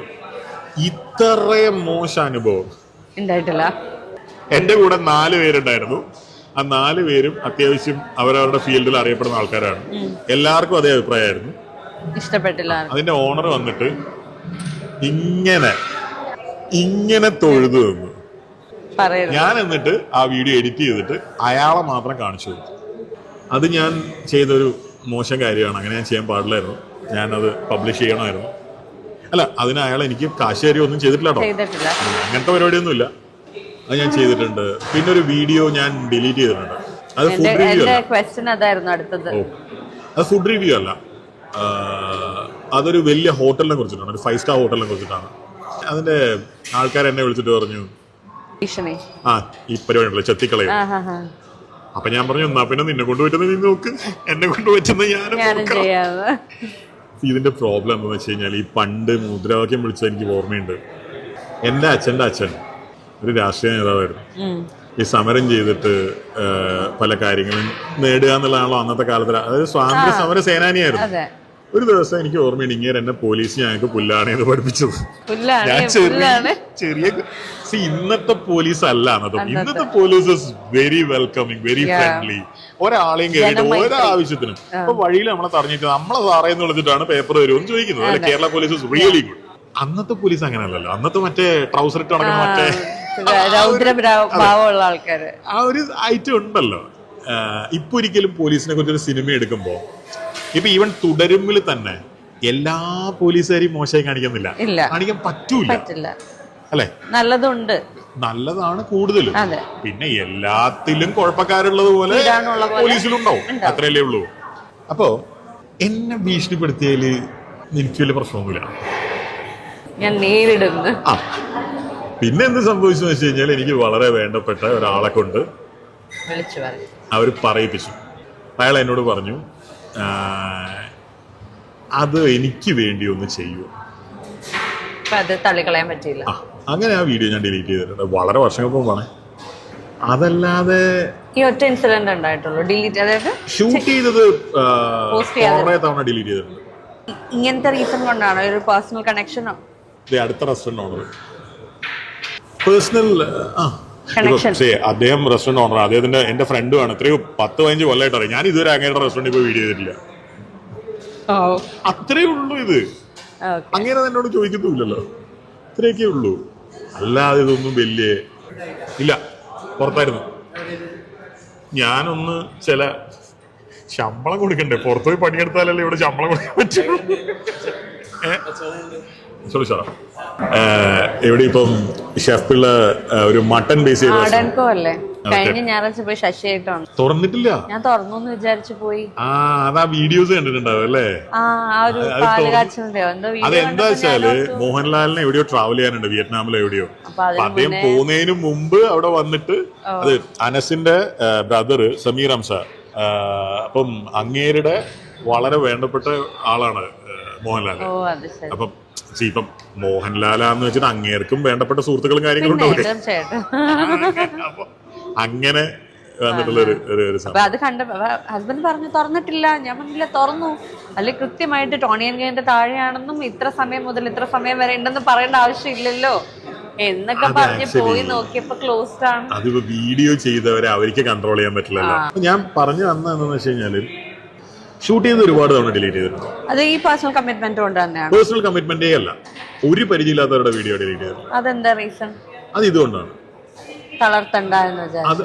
അതായത് ഓരോ റെസ്റ്റോറൻറ്റ്സും നോക്കൂ, ഗോപിയേട്ടൻ BA മലയാളം പഠിപ്പിച്ച മനുഷ്യനാണ്. അയാൾക്ക് ഹോസ്പിറ്റാലിറ്റി മാനേജ്മെന്റിന്റെ സ്പെല്ലിംഗ് പോലും അറിയുമെന്ന് എനിക്ക് സംശയം. മലയാളം തന്നെ അയാൾക്ക് അറിയാൻ പാടില്ല. അയാൾ ഒരു ദിവസം എന്റെ വീട്ടിൽ വന്നിട്ട് കേരള പാണിനിയും കണ്ടിട്ട് BA പഠിക്കുമ്പോ കണ്ടതാണ് അവസാനമായിട്ട് ആ പുസ്തകം. കളവനാണല്ലോ, കുറെ പ്രായമായല്ലോ. അയാളിത് കാണണേ, ഈശ്വര, അയാൾ എന്തായാലും കാണണം. ഭയങ്കര പ്രായമായിരുന്നു, ഒരുപാട് പ്രായമായി. എന്നെ ഡൈയൊക്കെ ചെയ്തിങ്ങനെ നടക്കണം. ഇതാണ് അയാളുടെയൊക്കെ അവസ്ഥ. പക്ഷെ അയാൾ is one of the finest. അതൊന്നും ഒന്നാമത്തെ ദിവസം മനസ്സിലാക്കിയതല്ല. അപ്പൊ ആ തുടക്കത്തിൽ തന്നെ നമ്മൾ പോയിട്ട് നമുക്ക് ചെയ്യാം. വളരെ എസ്റ്റാബ്ലിഷ്ഡ് ആയിട്ടുള്ള ഒരു ബ്രാൻഡിന്റെ ഒരു ബ്രാഞ്ച് ആണെങ്കിൽ ഇറ്റ്സ് ഓൾ റൈറ്റ്, കാരണം അവർക്ക് അറിയാലോ. മറ്റേന്ന് പറഞ്ഞാൽ നമുക്ക് ഒരു പ്രൊഫഷണൽ അല്ലാത്ത ഒരാള് ഇതിലേക്ക് വരണം എന്നുള്ളൊരു ആഗ്രഹം കൊണ്ട്, പാഷൻ കൊണ്ടൊക്കെ വരുമ്പോ, അങ്ങനെ വരുമ്പോ ആദ്യം തന്നെ പോയിട്ട് ഇതൊന്നും ശരിയല്ല എന്ന് പറയുമ്പോ ചിലപ്പോ അത് അവര് കണ്ടാൽ. പക്ഷെ ഞാൻ ചിലപ്പോ അങ്ങനത്തെ വീഡിയോ ചെയ്തിട്ടുണ്ടാവും, എനിക്കറിയില്ലല്ലോ ഇത് തുടക്കാണോ അല്ലയോ എല്ലായിടത്തും എനിക്കറിയില്ല. അങ്ങനത്തെ ഉണ്ടാവും. നമ്മള് മുളയില് ഞാൻ അങ്ങനെ വീഡിയോ ചെയ്തുകൊണ്ട് അവർക്കൊന്നും സംഭവിക്കാനില്ല. അതാണ് സത്യം. അവർക്ക് ഒരു നെഗറ്റീവ് വൈബ് വേണ്ട എന്നുള്ള ധാരണ അങ്ങനെ ചെയ്തിട്ടുണ്ട്. അപ്പൊ ഈ ക്രൂരനല്ലാത്ത ഒരു ലൈറ്റ് ഹാർട്ടഡ് മൃണാളും ഉണ്ട് അല്ലേ? മനുഷ്യന്മാരുടെ കാര്യമാണ്. ഒരു തവണ ഞാൻ എൻ്റെ വൈഫിനെ പിക്ക് ചെയ്യാൻ, അപ്പൊ അവള് ചെന്നൈയിൽ നിന്നോ ബാംഗ്ലൂരിൽ നിന്നോ ബസ്സിൽ വരികയാണ്. ഇത് വേണ്ടല്ലോ, ഞാൻ കഴിക്കാം. ഇവിടെ ഇഷ്ടംപോലെ കിട്ടാണ്ട്, റെസ്റ്റോറന്റ് അല്ലേ. അവളെ പിക്ക് ചെയ്യാൻ വേണ്ടി തൃശ്ശൂര്, അവളെ വീട് തൃശ്ശൂരാണ്, മണ്ണുത്തിയിൽ ഞാൻ പിക്ക് ചെയ്യാൻ. ഇതൊരു സ്കാനിയ ബസ്സാണ്, ഭയങ്കര സ്പീഡിൽ പോകുന്ന ബസ്. എന്റെ കയ്യിലുള്ള ഒരു ഫിയറ്റിന്റെ കാറാണ്. വളരെ മുമ്പാണ് കല്യാണം കഴിക്കുന്ന ആ ഒരു കാലത്ത്. ഈ സ്കാനിയ ബസ് മുന്നോട്ട് പോയിട്ട് ഒരു 3-4 മിനിറ്റ് കഴിഞ്ഞിട്ടാണ് ഇവള് എന്റെ കാറിൽ കയറുന്നത്. ഇവള് ബസ്സിൽ നിന്ന് ഇറങ്ങി ബാഗൊക്കെ കൊണ്ട് കാറിൽ കയറണം. അപ്പൊ ബസ് ഇറങ്ങി ഉടനെ പോയില്ലേ. രാവിലെ 6 മണിയാണ് സമയം, 4 ലൈൻ റോഡാണ്, ബസ് പറന്നു പോവാണ്. അപ്പൊ ഇവളെ എന്നോട് പറഞ്ഞു, എന്തൊരു സ്പീഡാ ബസ്സിന്. എനിക്കത് ഇഷ്ടമായില്ല. ഇത് ഓവർടേക്ക് ചെയ്യണം. അവിടുന്ന് 1/2 കിലോമീറ്റർ കഴിഞ്ഞാൽ ഞങ്ങളുടെ വീടാണ്. ആ വീടും കഴിഞ്ഞ് കറൂറ്റിയിലെങ്ങാനും ഇട്ട ബസ്സിനെ ഓവർടേക്ക് ചെയ്തിട്ടാണ് ഞാൻ തിരിച്ചു വന്നത്. മെന്റൽ. ഇങ്ങനത്തെ പല വട്ടുള്ള ഒരു അലവലാതി മരമണ്ടനാണ് ഞാൻ. ചില സമയത്ത് നമ്മൾ ചെയ്യുന്ന പല കാര്യങ്ങൾക്കും ഒരു ലോജിക്കൊന്നും ഉണ്ടാവില്ല. ഇത് തന്നെ നോക്ക്, എന്തിന്റെ ആവശ്യം? ഇതേ ഇൻവെസ്റ്റ്മെന്റിൽ ഒരു സാധാരണ റെസ്റ്റോറന്റ് തുടങ്ങിയാൽ പോരെ? ഞാൻ ഈ പറഞ്ഞ പോലത്തെ കോസ്റ്റിന്റെ ടെൻഷനോ ഒന്നും ഉണ്ടാവില്ലല്ലോ. ഉണ്ടാവോ? ഇല്ല, ഒരു ടെൻഷനും ഇല്ല. പക്ഷെ ഇതാണ് നമ്മുടെ ഈ കംഫർട്ട് സോണിന് പുറത്തു പോവുക എന്ന് പറഞ്ഞ പരിപാടി ഉണ്ടല്ലോ. ഞാൻ ചെന്നൈയിലേക്ക് ഡ്രൈവ് ചെയ്തിട്ടാണ് പോവാറ്. കാരണം എനിക്ക് ഇൻഡിഗോ ഇഷ്ടമല്ല. ഇൻഡിഗോ എന്തേ ഇഷ്ടമല്ലാത്തതെന്ന് ചോദിച്ചാൽ അതിന് ഉത്തരവില്ല, കാരണമില്ലാത്തൊരു ഇഷ്ടമല്ല. എന്റെ ഫ്രണ്ട് ഉണ്ട് പ്രിയങ്ക കുറെ വർഷം ഇന്ത്യയിൽ ജോലി ചെയ്തതാ. അവളെന്നോട് എന്റെ പൊന്നിയുടെ ചേട്ടൻ എന്തോ പ്രശ്നം, താങ്കളോട് എന്ത് ചെയ്തു? ഒന്നും ചെയ്തിട്ടില്ല. എനിക്കിഷ്ടല്ല. ഞാൻ ജീവിതത്തിലാകെ 2-3 തവണ ഇന്ത്യയിൽ കേറിയിട്ട് പോലും ഉള്ളൂ. ഒരു തവണ ലഖ്നൌവില് പോവാൻ, ഒരു തവണ ലഖ്നൌവില് പോവാൻ, ഒരു തവണ മറ്റോ ചെന്നൈയിൽ പോവാൻ. 2 തവണയൊക്കെയാണ് ഞാൻ ഇന്ത്യയിൽ കയറിയിട്ടുള്ളൂ. അത് ഒരു തവണ ഞാൻ ഒരു വീഡിയോ ചെയ്യാൻ വേണ്ടി ഇൻഡിഗോയും ആകാശയും കമ്പയർ ചെയ്യാം ഫുഡിന്റെ കാര്യത്തിൽ. 2-3 തവണ ഞാൻ ജീവിതത്തിൽ ഇന്ത്യയിൽ കയറിയിട്ടുള്ളൂ. ആ 3 തവണയും ഒരു മോശം എക്സ്പീരിയൻസ് എനിക്ക് ഒരു തവണ ഭൂട്ടാനിൽ പോകാൻ വേണ്ടിയിട്ട് ഡൽഹിയിലെ ഫ്ലൈറ്റ് പിടിക്കാൻ വേണ്ടി അതിന് പറ്റിയ സമയം കൊച്ചിയിൽ നിന്ന് ഇൻഡിഗോ ഉണ്ടായിരുന്നു. ഞങ്ങൾ എല്ലാവരും കൂടെ ഇൻഡിഗോയിലാവും. അങ്ങനെ 3 ഒരു മോശം എക്സ്പീരിയൻസ് ഒന്നും ഉണ്ടായിട്ടില്ല. ഒരാളും മോശമായിട്ട് പെരുമാറിയിട്ടില്ല. ഇതുപോലെ ഒരുപാട് ഇറാഷണൽ ഹേറ്റേഴ്സ് ഉണ്ട് എനിക്ക്. ഫോർച്യൂണർ അല്ലേ കാറ്, നല്ല വണ്ടിയല്ലേ, ഉഷാറല്ലേ, ഉഷാർ വണ്ടിയാണ്, കുറെ യോഗ്യന്മാരായിട്ടുള്ള ആളുകൾ ഉപയോഗിക്കുന്ന വണ്ടിയാണ്. എനിക്കിഷ്ടല്ല, കാണുന്നിടത്ത് കണ്ടുകൂടാ. എന്നാ അത് ടൊയോട്ടയുടെയാണ് ദ ബെസ്റ്റ് എഞ്ചിനീയറിംഗ്. ഒരു തരത്തിലും ഒരു കുറ്റം എനിക്ക് അതിനെ പറ്റി പറയാനില്ല. എല്ലാം എനിക്കിഷ്ടമല്ല. എന്തേ ഇഷ്ടമല്ല എനിക്കറിയാൻ പാടില്ല. ഇങ്ങനെയൊക്കെയുള്ള കുറേ പരിപാടിയുണ്ട്. അതുപോലെ എനിക്ക് ഭയങ്കരമായിട്ട് ചില സാധനങ്ങൾ ഇഷ്ടമാണ്. Air India airline.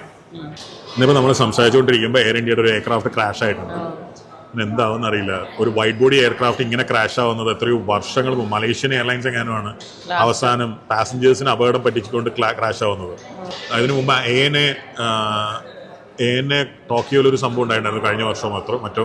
പക്ഷെ എല്ലാ പാസഞ്ചേഴ്സിനെയും അവർ ഇവാക്യുവേറ്റ് ചെയ്തിരുന്നു. ഇങ്ങനൊരു വൈറ്റ് ബോഡി എയർക്രാഫ്റ്റ്, അത് modern aircraft, it's A dream liner 787-800. അതും ആ പൈലറ്റൊക്കെ എന്ന് പറഞ്ഞാൽ 8,000 hours ഫ്ലൈയിങ് എക്സ്പീരിയൻസ് ഉള്ള ആള്. ഒരു കാരണവുമില്ല. Indian engineers are the best in aviation. എന്റെ വൈഫ് ഒഴികെ, അവൾ എയറോനോട്ടിക്കൽ എഞ്ചിനീയറാണ്. എന്റെ വീഡിയോ അവള് കാണൂല. എനിക്ക് ഒരുപാട് മോശം എക്സ്പീരിയൻസ് ഉണ്ട് എയർ ഇന്ത്യ. പക്ഷെ Air India I love airline. I love Air India.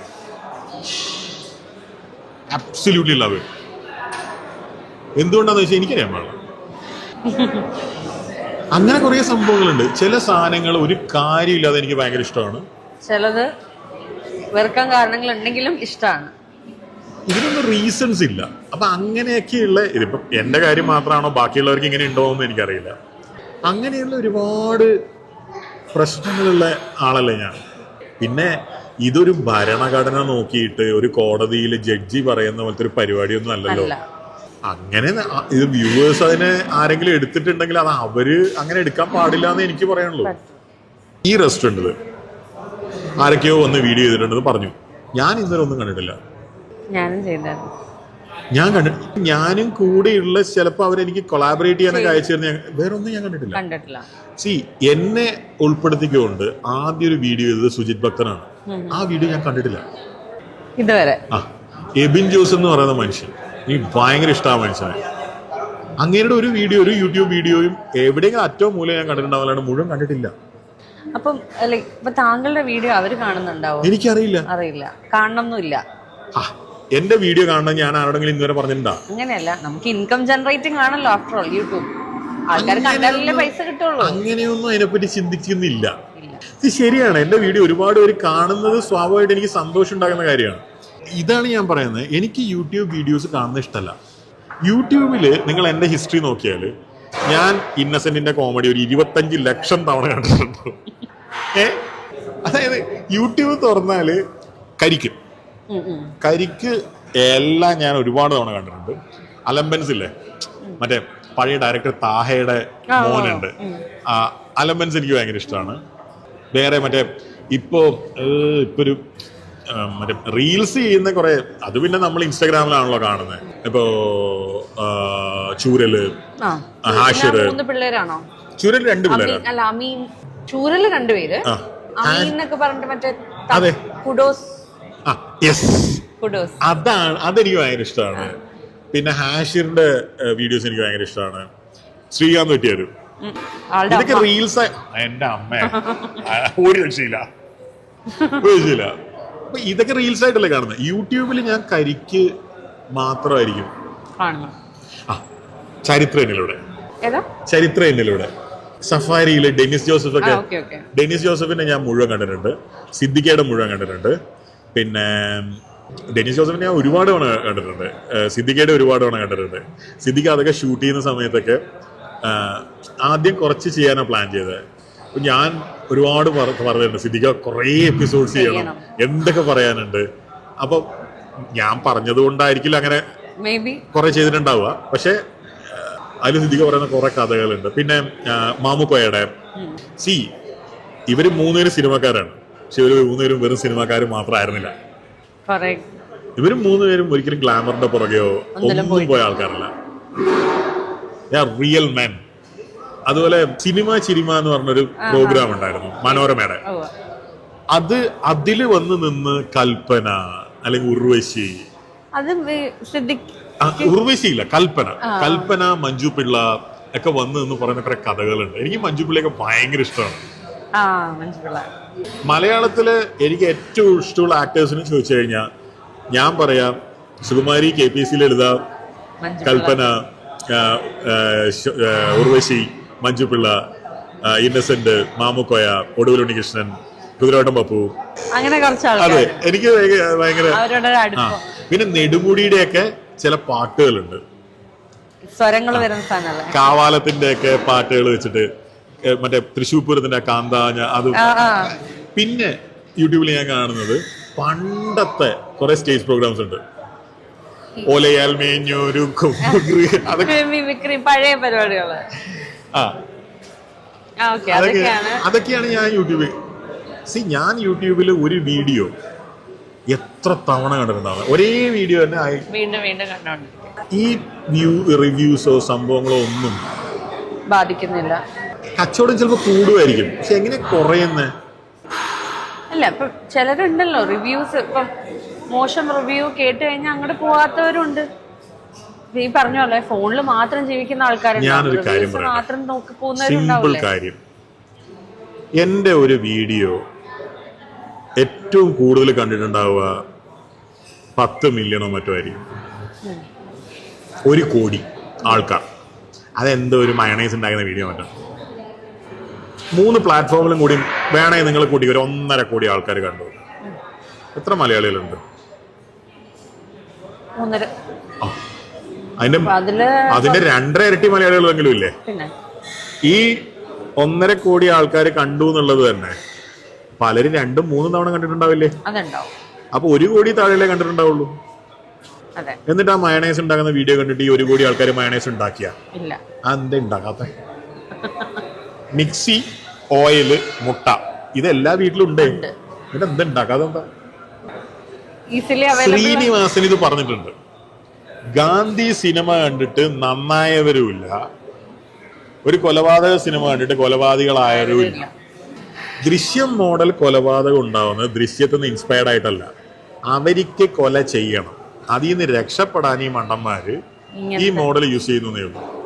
പോലീസിന് ഭയങ്കര എളുപ്പമാണ്, കാരണം പോലീസുകാരും ദൃശ്യം കണ്ടിട്ടുണ്ട്. എന്തുകൊണ്ട് ഒരു തവണ ഏതോ ഒരു കൊലപാതകം വേറെ ഏതോ ഒരു സിനിമയുടെ മോഡലിൽ എന്ന് പറഞ്ഞ മനോരമയിലൊരു വാർത്ത വന്നു. അപ്പൊ ജീത്ത് വാട്സാപ്പിൽ ഞാൻ രക്ഷപ്പെട്ടത് തോന്നുന്നു. എനിക്ക് ഈ ദൃശ്യം മോഡല് കാണുമ്പോ മറ്റേ CID മൂസില് ഹരിശേഷം പറയുന്ന ഡയലോഗ്, അത് ഇത് ഞാനേക്കാടാ. ആ സിനിമ കണ്ടിട്ട് ഇൻസ്പയർ ആയിട്ട് ആരും നന്നാവാറുമില്ല. എന്താണ് ഈ പറയുന്നത്? അത് ശരിയാണ്. പിന്നെ നിങ്ങൾക്കൊരു ബിസിനസ് സ്ഥാപനത്തിന് അറ്റാക്ക് ചെയ്യണമെന്നുണ്ടെങ്കിൽ ഒരുപാട് പേര് പോയി ഒരേ സമയത്ത് റിവ്യൂ ചെയ്ത് അങ്ങനെ ഒരു സാധനം ഉണ്ടാക്കിയെടുക്കാൻ പറ്റും. ഒരാളെ കൊണ്ട് ഞാൻ ആരാന്നാ നിങ്ങൾ പറഞ്ഞു വരുന്നത്? മഹാവിഷ്ണു, വൈക്കത്തപ്പനാണ്. ഞാനൊരു കാര്യം തീരുമാനിക്കുന്നു, അത് നടക്കൂല. ഈ ചില വ്ളോഗേഴ്സ് പറഞ്ഞു എന്ന് ഞാൻ കേട്ടിട്ടുണ്ട്. ഞാൻ അവിടെ പോയി വീഡിയോ ചെയ്തിട്ട് പിന്നെ ആ സ്ഥാപനത്തിനെ രക്ഷപ്പെടുത്തിയെന്നൊക്കെ. അതൊക്കെ അദ്ദേഹത്തിന്റെ തെറ്റിദ്ധാരണ എന്നല്ലാണ്ട് ഒരിക്കലും അതുകൊണ്ടല്ല. അങ്ങനെയാണെങ്കിൽ ഇപ്പം എനിക്കറിയാവുന്ന പല റെസ്റ്റോറൻറ്റുകളുണ്ട്, അവരെല്ലാ ആഴ്ചയും ഒരാളെ കൊണ്ട് വീഡിയോ ചെയ്യും. ഒരാള് വിചാരിച്ചാൽ നടക്കുമെങ്കിൽ എന്തിനാ എല്ലാ ആഴ്ചയും ഒരാളെ കൊണ്ട് ചെയ്യിക്കുന്നത്? ഇതൊരു കണ്ടിന്യൂസ് ആക്ടിവിറ്റിയാണ്. നിങ്ങൾ അമൂലിനെ നോക്കൂ, ലുലുവിനെ നോക്കൂ, എല്ലാ അഡ്വർടൈസ്മെന്റ്സും കണ്ടിന്യൂസ് ആണ്, പല പല പ്ലാറ്റ്ഫോമിൽ കൂടെ. ഇപ്പം അങ്ങനെയാണെങ്കിൽ മോഹൻലാലിനെ വെച്ചിട്ട് ജസ്റ്റ് ഒരു ഹോർഡിങ്ങും വെച്ചിട്ട് ഞങ്ങളുടെ അടുത്ത് പോവാ സൂപ്പറാണ് എന്ന് ചോദിച്ചാൽ പോരെ? അങ്ങനെയല്ലല്ലോ. ഓക്കെ, ഇപ്പം ഒരു ഹോട്ടലിൽ കഴിക്കാൻ പോയി, അവർ ഫുഡ് സെർവ് ചെയ്യുന്നത് വളരെ സന്തോഷത്തോടെ സ്നേഹത്തോടെ ആണോ, അതോ ചെകുത്താൻ കുരിശ് കണ്ടവരിലായിരിക്കും?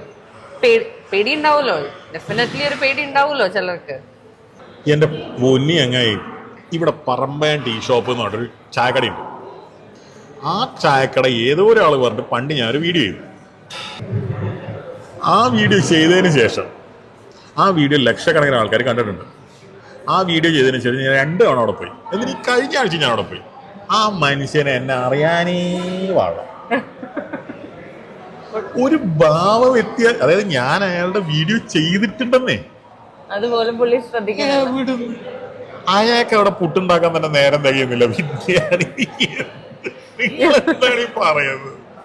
അതല്ല ഇപ്പം നിങ്ങളെ അറിയുന്ന ലൈക് എന്നെ അറിയുന്നത് നിങ്ങൾ എന്താ വിചാരിക്കുന്ന? ഈ ആൾക്കാർക്ക് കൂടെ എന്നെ അറിയാമോ? എല്ലാവർക്കും അല്ല. അപ്പൊ അങ്ങനെ അവരാരാ വീഡിയോ കാണുന്നവര്? ഈ 24 മണിക്കൂർ റെസ്റ്റോറന്റിൽ പണിയെടുക്കുന്നവർക്ക് എവിടെയാണ് ഇത് കാണാൻ? സമയം ഒരു സംഘടനയുടെ ഹോസ്പിറ്റാലിറ്റി ഇൻഡസ്ട്രി ആയിട്ട് ബന്ധപ്പെട്ട ഒരു സംഘടനയുടെ ഭാരവാഹിക്ക് പോലും ഇയാളെ ഞാൻ എവിടെയാ കണ്ടത്? നമ്മളെവിടെയാ കണ്ടേ? ബോംബെയിലാണോ? എന്നോട് ചോദിച്ചിട്ടുണ്ട്. അവരൊക്കെ തിരക്കുള്ള ആൾക്കാരാണ്. പണ്ട് OV വിജയൻ ഒരു സദസ്സിലിരിക്കുകയാണ്, തൊട്ടടുത്ത് മമ്മൂട്ടി വന്നിരുന്നു. OV വിജയൻ തന്നെ എഴുതിയതാണ്, കേട്ടറിവല്ല, അദ്ദേഹം എഴുതിയതാണ്, DC പബ്ലിഷ് ചെയ്തതാണ്. തൊട്ടടുത്ത് സുമുഖനായ ഒരു ചെറുപ്പക്കാരൻ വന്നിരുന്നു. അപ്പൊ ഞാൻ നാട്ടുമര്യാദക്ക് ഒരു ചോദ്യം ചോദിച്ചു, എന്താ പേര്? അപ്പൊ മമ്മൂട്ടി പറഞ്ഞു. മമ്മൂട്ടിക്ക് OV വിജയനും ഭയങ്കര ബഹുമാനം കാര്യമൊക്കെ ആണല്ലോ, എല്ലാവർക്കും അതെ. മമ്മൂട്ടി പറഞ്ഞു, എന്റെ പേര് മമ്മൂട്ടി എന്നാണ്. എന്നിട്ട് OV വിജയൻ എഴുതുന്നതാണ്, അടുത്തതാണ് ഞാൻ ഒരിക്കലും ചെയ്യാൻ പാടില്ലാതിരുന്നൊരു പാതകം. ഇങ്ങനെ ചോദിക്കുക, എന്ത് ചെയ്യുന്നു? ഒന്നും മനസ്സിലാക്കണം, മമ്മൂട്ടീനെ അറിയാത്തൊരു മലയാളി ജീവിച്ചിരുന്നതിൽ തെളിവല്ലേ ഇത്? അപ്പൊ ഞാനോ ഒരു പഞ്ചായത്തിലെ ജനസംഖ്യയുടെ അത്ര ആൾക്കാർക്ക് ചിലപ്പോ എന്നെ കണ്ടാൽ മനസ്സിലാവില്ല. പിന്നെയാണ് നിങ്ങൾ എന്താണ് വിചാരിക്കുന്നത്? ഇന്റർനെറ്റിൽ 4 വീഡിയോ ഇട്ടുകൊണ്ട് ഞാൻ അങ്ങ് മറ്റേ വലിയ ആകെ വെറും ധാരണ മാത്രമാണ്. ഞാനൊരു റെസ്റ്റോറന്റിൽ പോയാല് മിക്കവാറും ആൾക്കാർ അതിനെപ്പറ്റി ബോധർ ചെയ്യുന്നതേ ഞാൻ കാണാറില്ല. നോർമൽ കസ്റ്റമറിനെ പോലെ തന്നെ. അല്ലെങ്കിൽ അവരെന്റെ നിന്ന് കാശ് വാങ്ങിക്കുമോ? ഇന്നലെയും ഞാൻ ഭക്ഷണം കഴിച്ച് കാശ് കൊടുത്തിട്ടുണ്ട്, മിനിഞ്ഞാന്നും ഭക്ഷണം കഴിച്ച് കാശ് കൊടുത്തിട്ടുണ്ട്. ചോദിച്ചു നോക്ക്, എന്റെ കൂടെ ട്രാവൽ ചെയ്യുന്ന എന്റെ പിള്ളേരോട് ചോദിച്ചു നോക്ക്, എവിടെയാ കാശ് മേടിക്കാത്തതെന്ന്. അങ്ങനെയാണെങ്കിൽ കാശ് മേടിക്കാതിരിക്കൂലേ? എവിടെയാ കാശ് മേടി? സഹിലിനെ വിളിച്ച് അവന്റെ ഇന്റർവ്യൂ എടുത്തോ? അവനറിയാലോ എല്ലായിടത്തും കാശ് കൊടുത്ത കഥ. സഹില്, ശ്രീരാഗ്, എന്റെ ആദ്യത്തെ എന്റെ കൂടെ ട്രാവൽ ചെയ്തിരുന്ന ആൾ അപ്പുവാണ്. അപ്പു, അച്ചു, നാദിർ, പിന്നെ ഗോപിയേട്ടൻ എൻ്റെ കൂടെ ചില സ്ഥലത്തൊക്കെ വന്നിട്ടുണ്ട്. എല്ലാരും കാണുന്നതല്ലേ, എവിടെയാ കാശ് മേടിക്കാതിരുന്നിട്ടില്ല.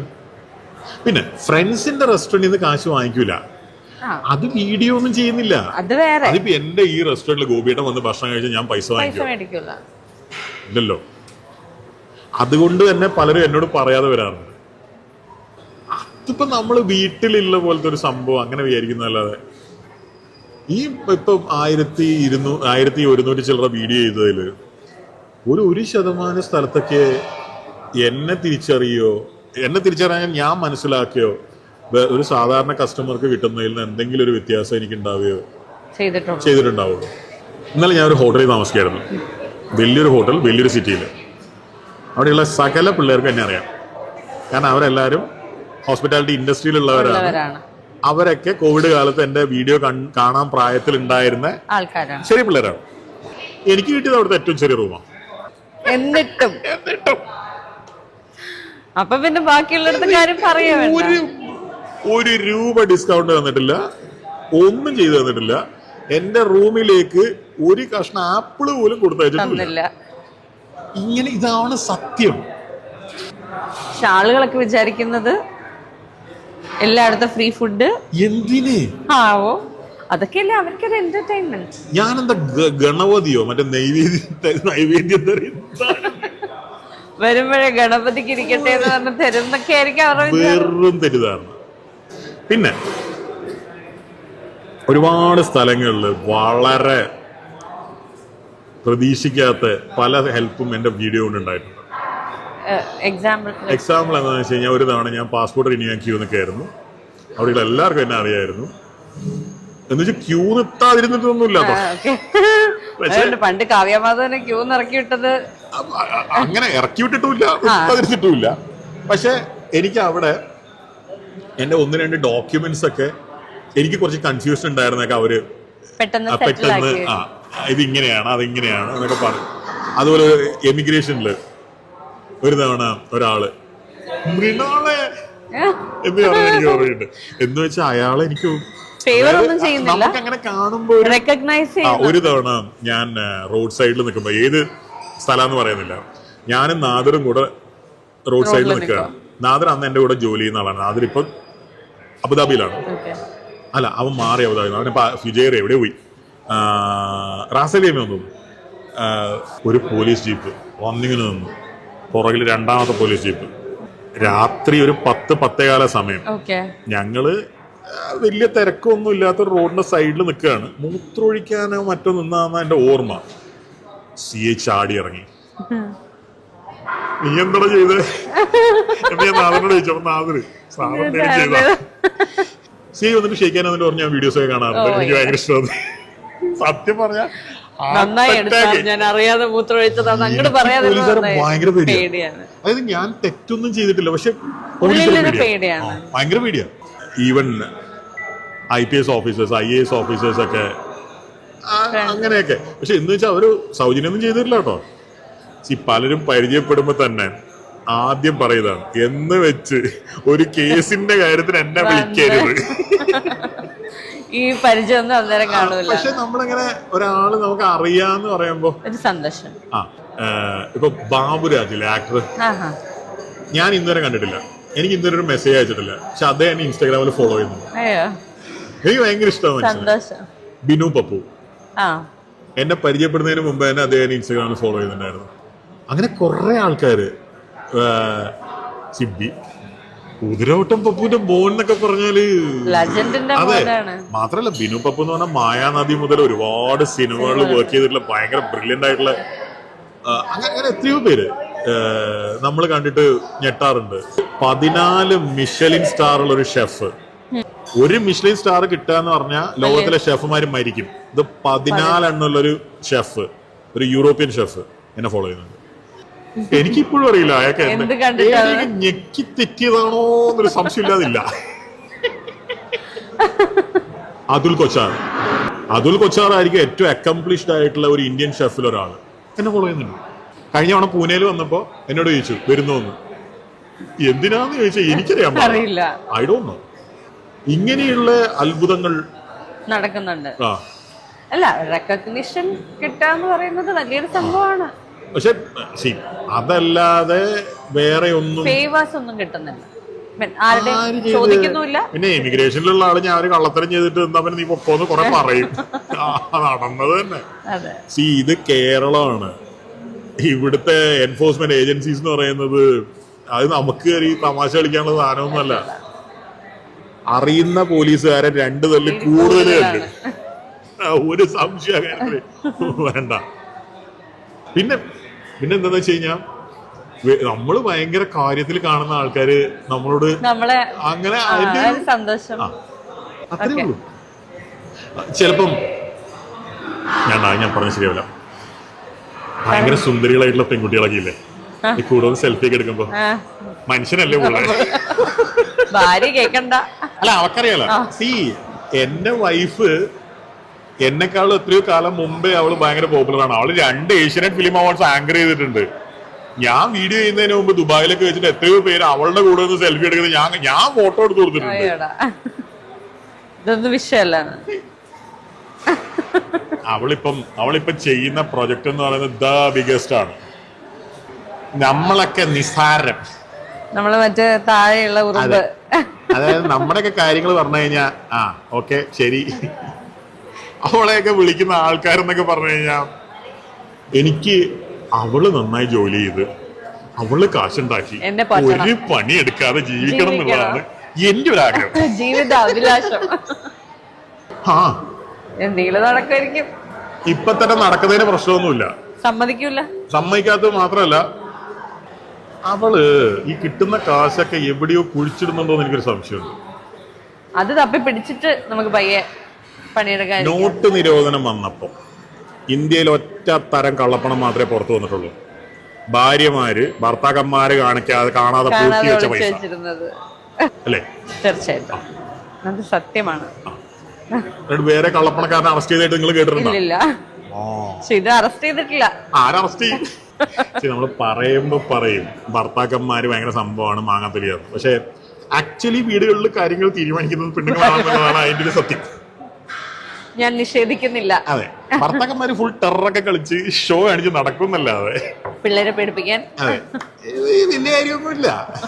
അത് മറ്റേ ആ സിനിമയില് ഒറ്റയാന്റെ കാര്യം പറഞ്ഞ പോലെ മറ്റേ ഭരണ ആവശ്യമുണ്ട് സിനിമയില് ഒറ്റയാന്റെ കാര്യം പറയുന്നില്ലേ, മറ്റേ ഡോക്ടർ ജോണി ആന്റണി, സുരേഷ് സുരേഷ് ഗോപി എടുത്ത് ഒറ്റ ആദ്യം കുറെ ഷോ ഒക്കെ കാണിക്കും, പിന്നെ ഇതിന് പ്രായവും ഷോ കാണാനൊന്നും ആരും ഉണ്ടാവില്ല, അത്രയൊക്കെ ഉള്ളൂ.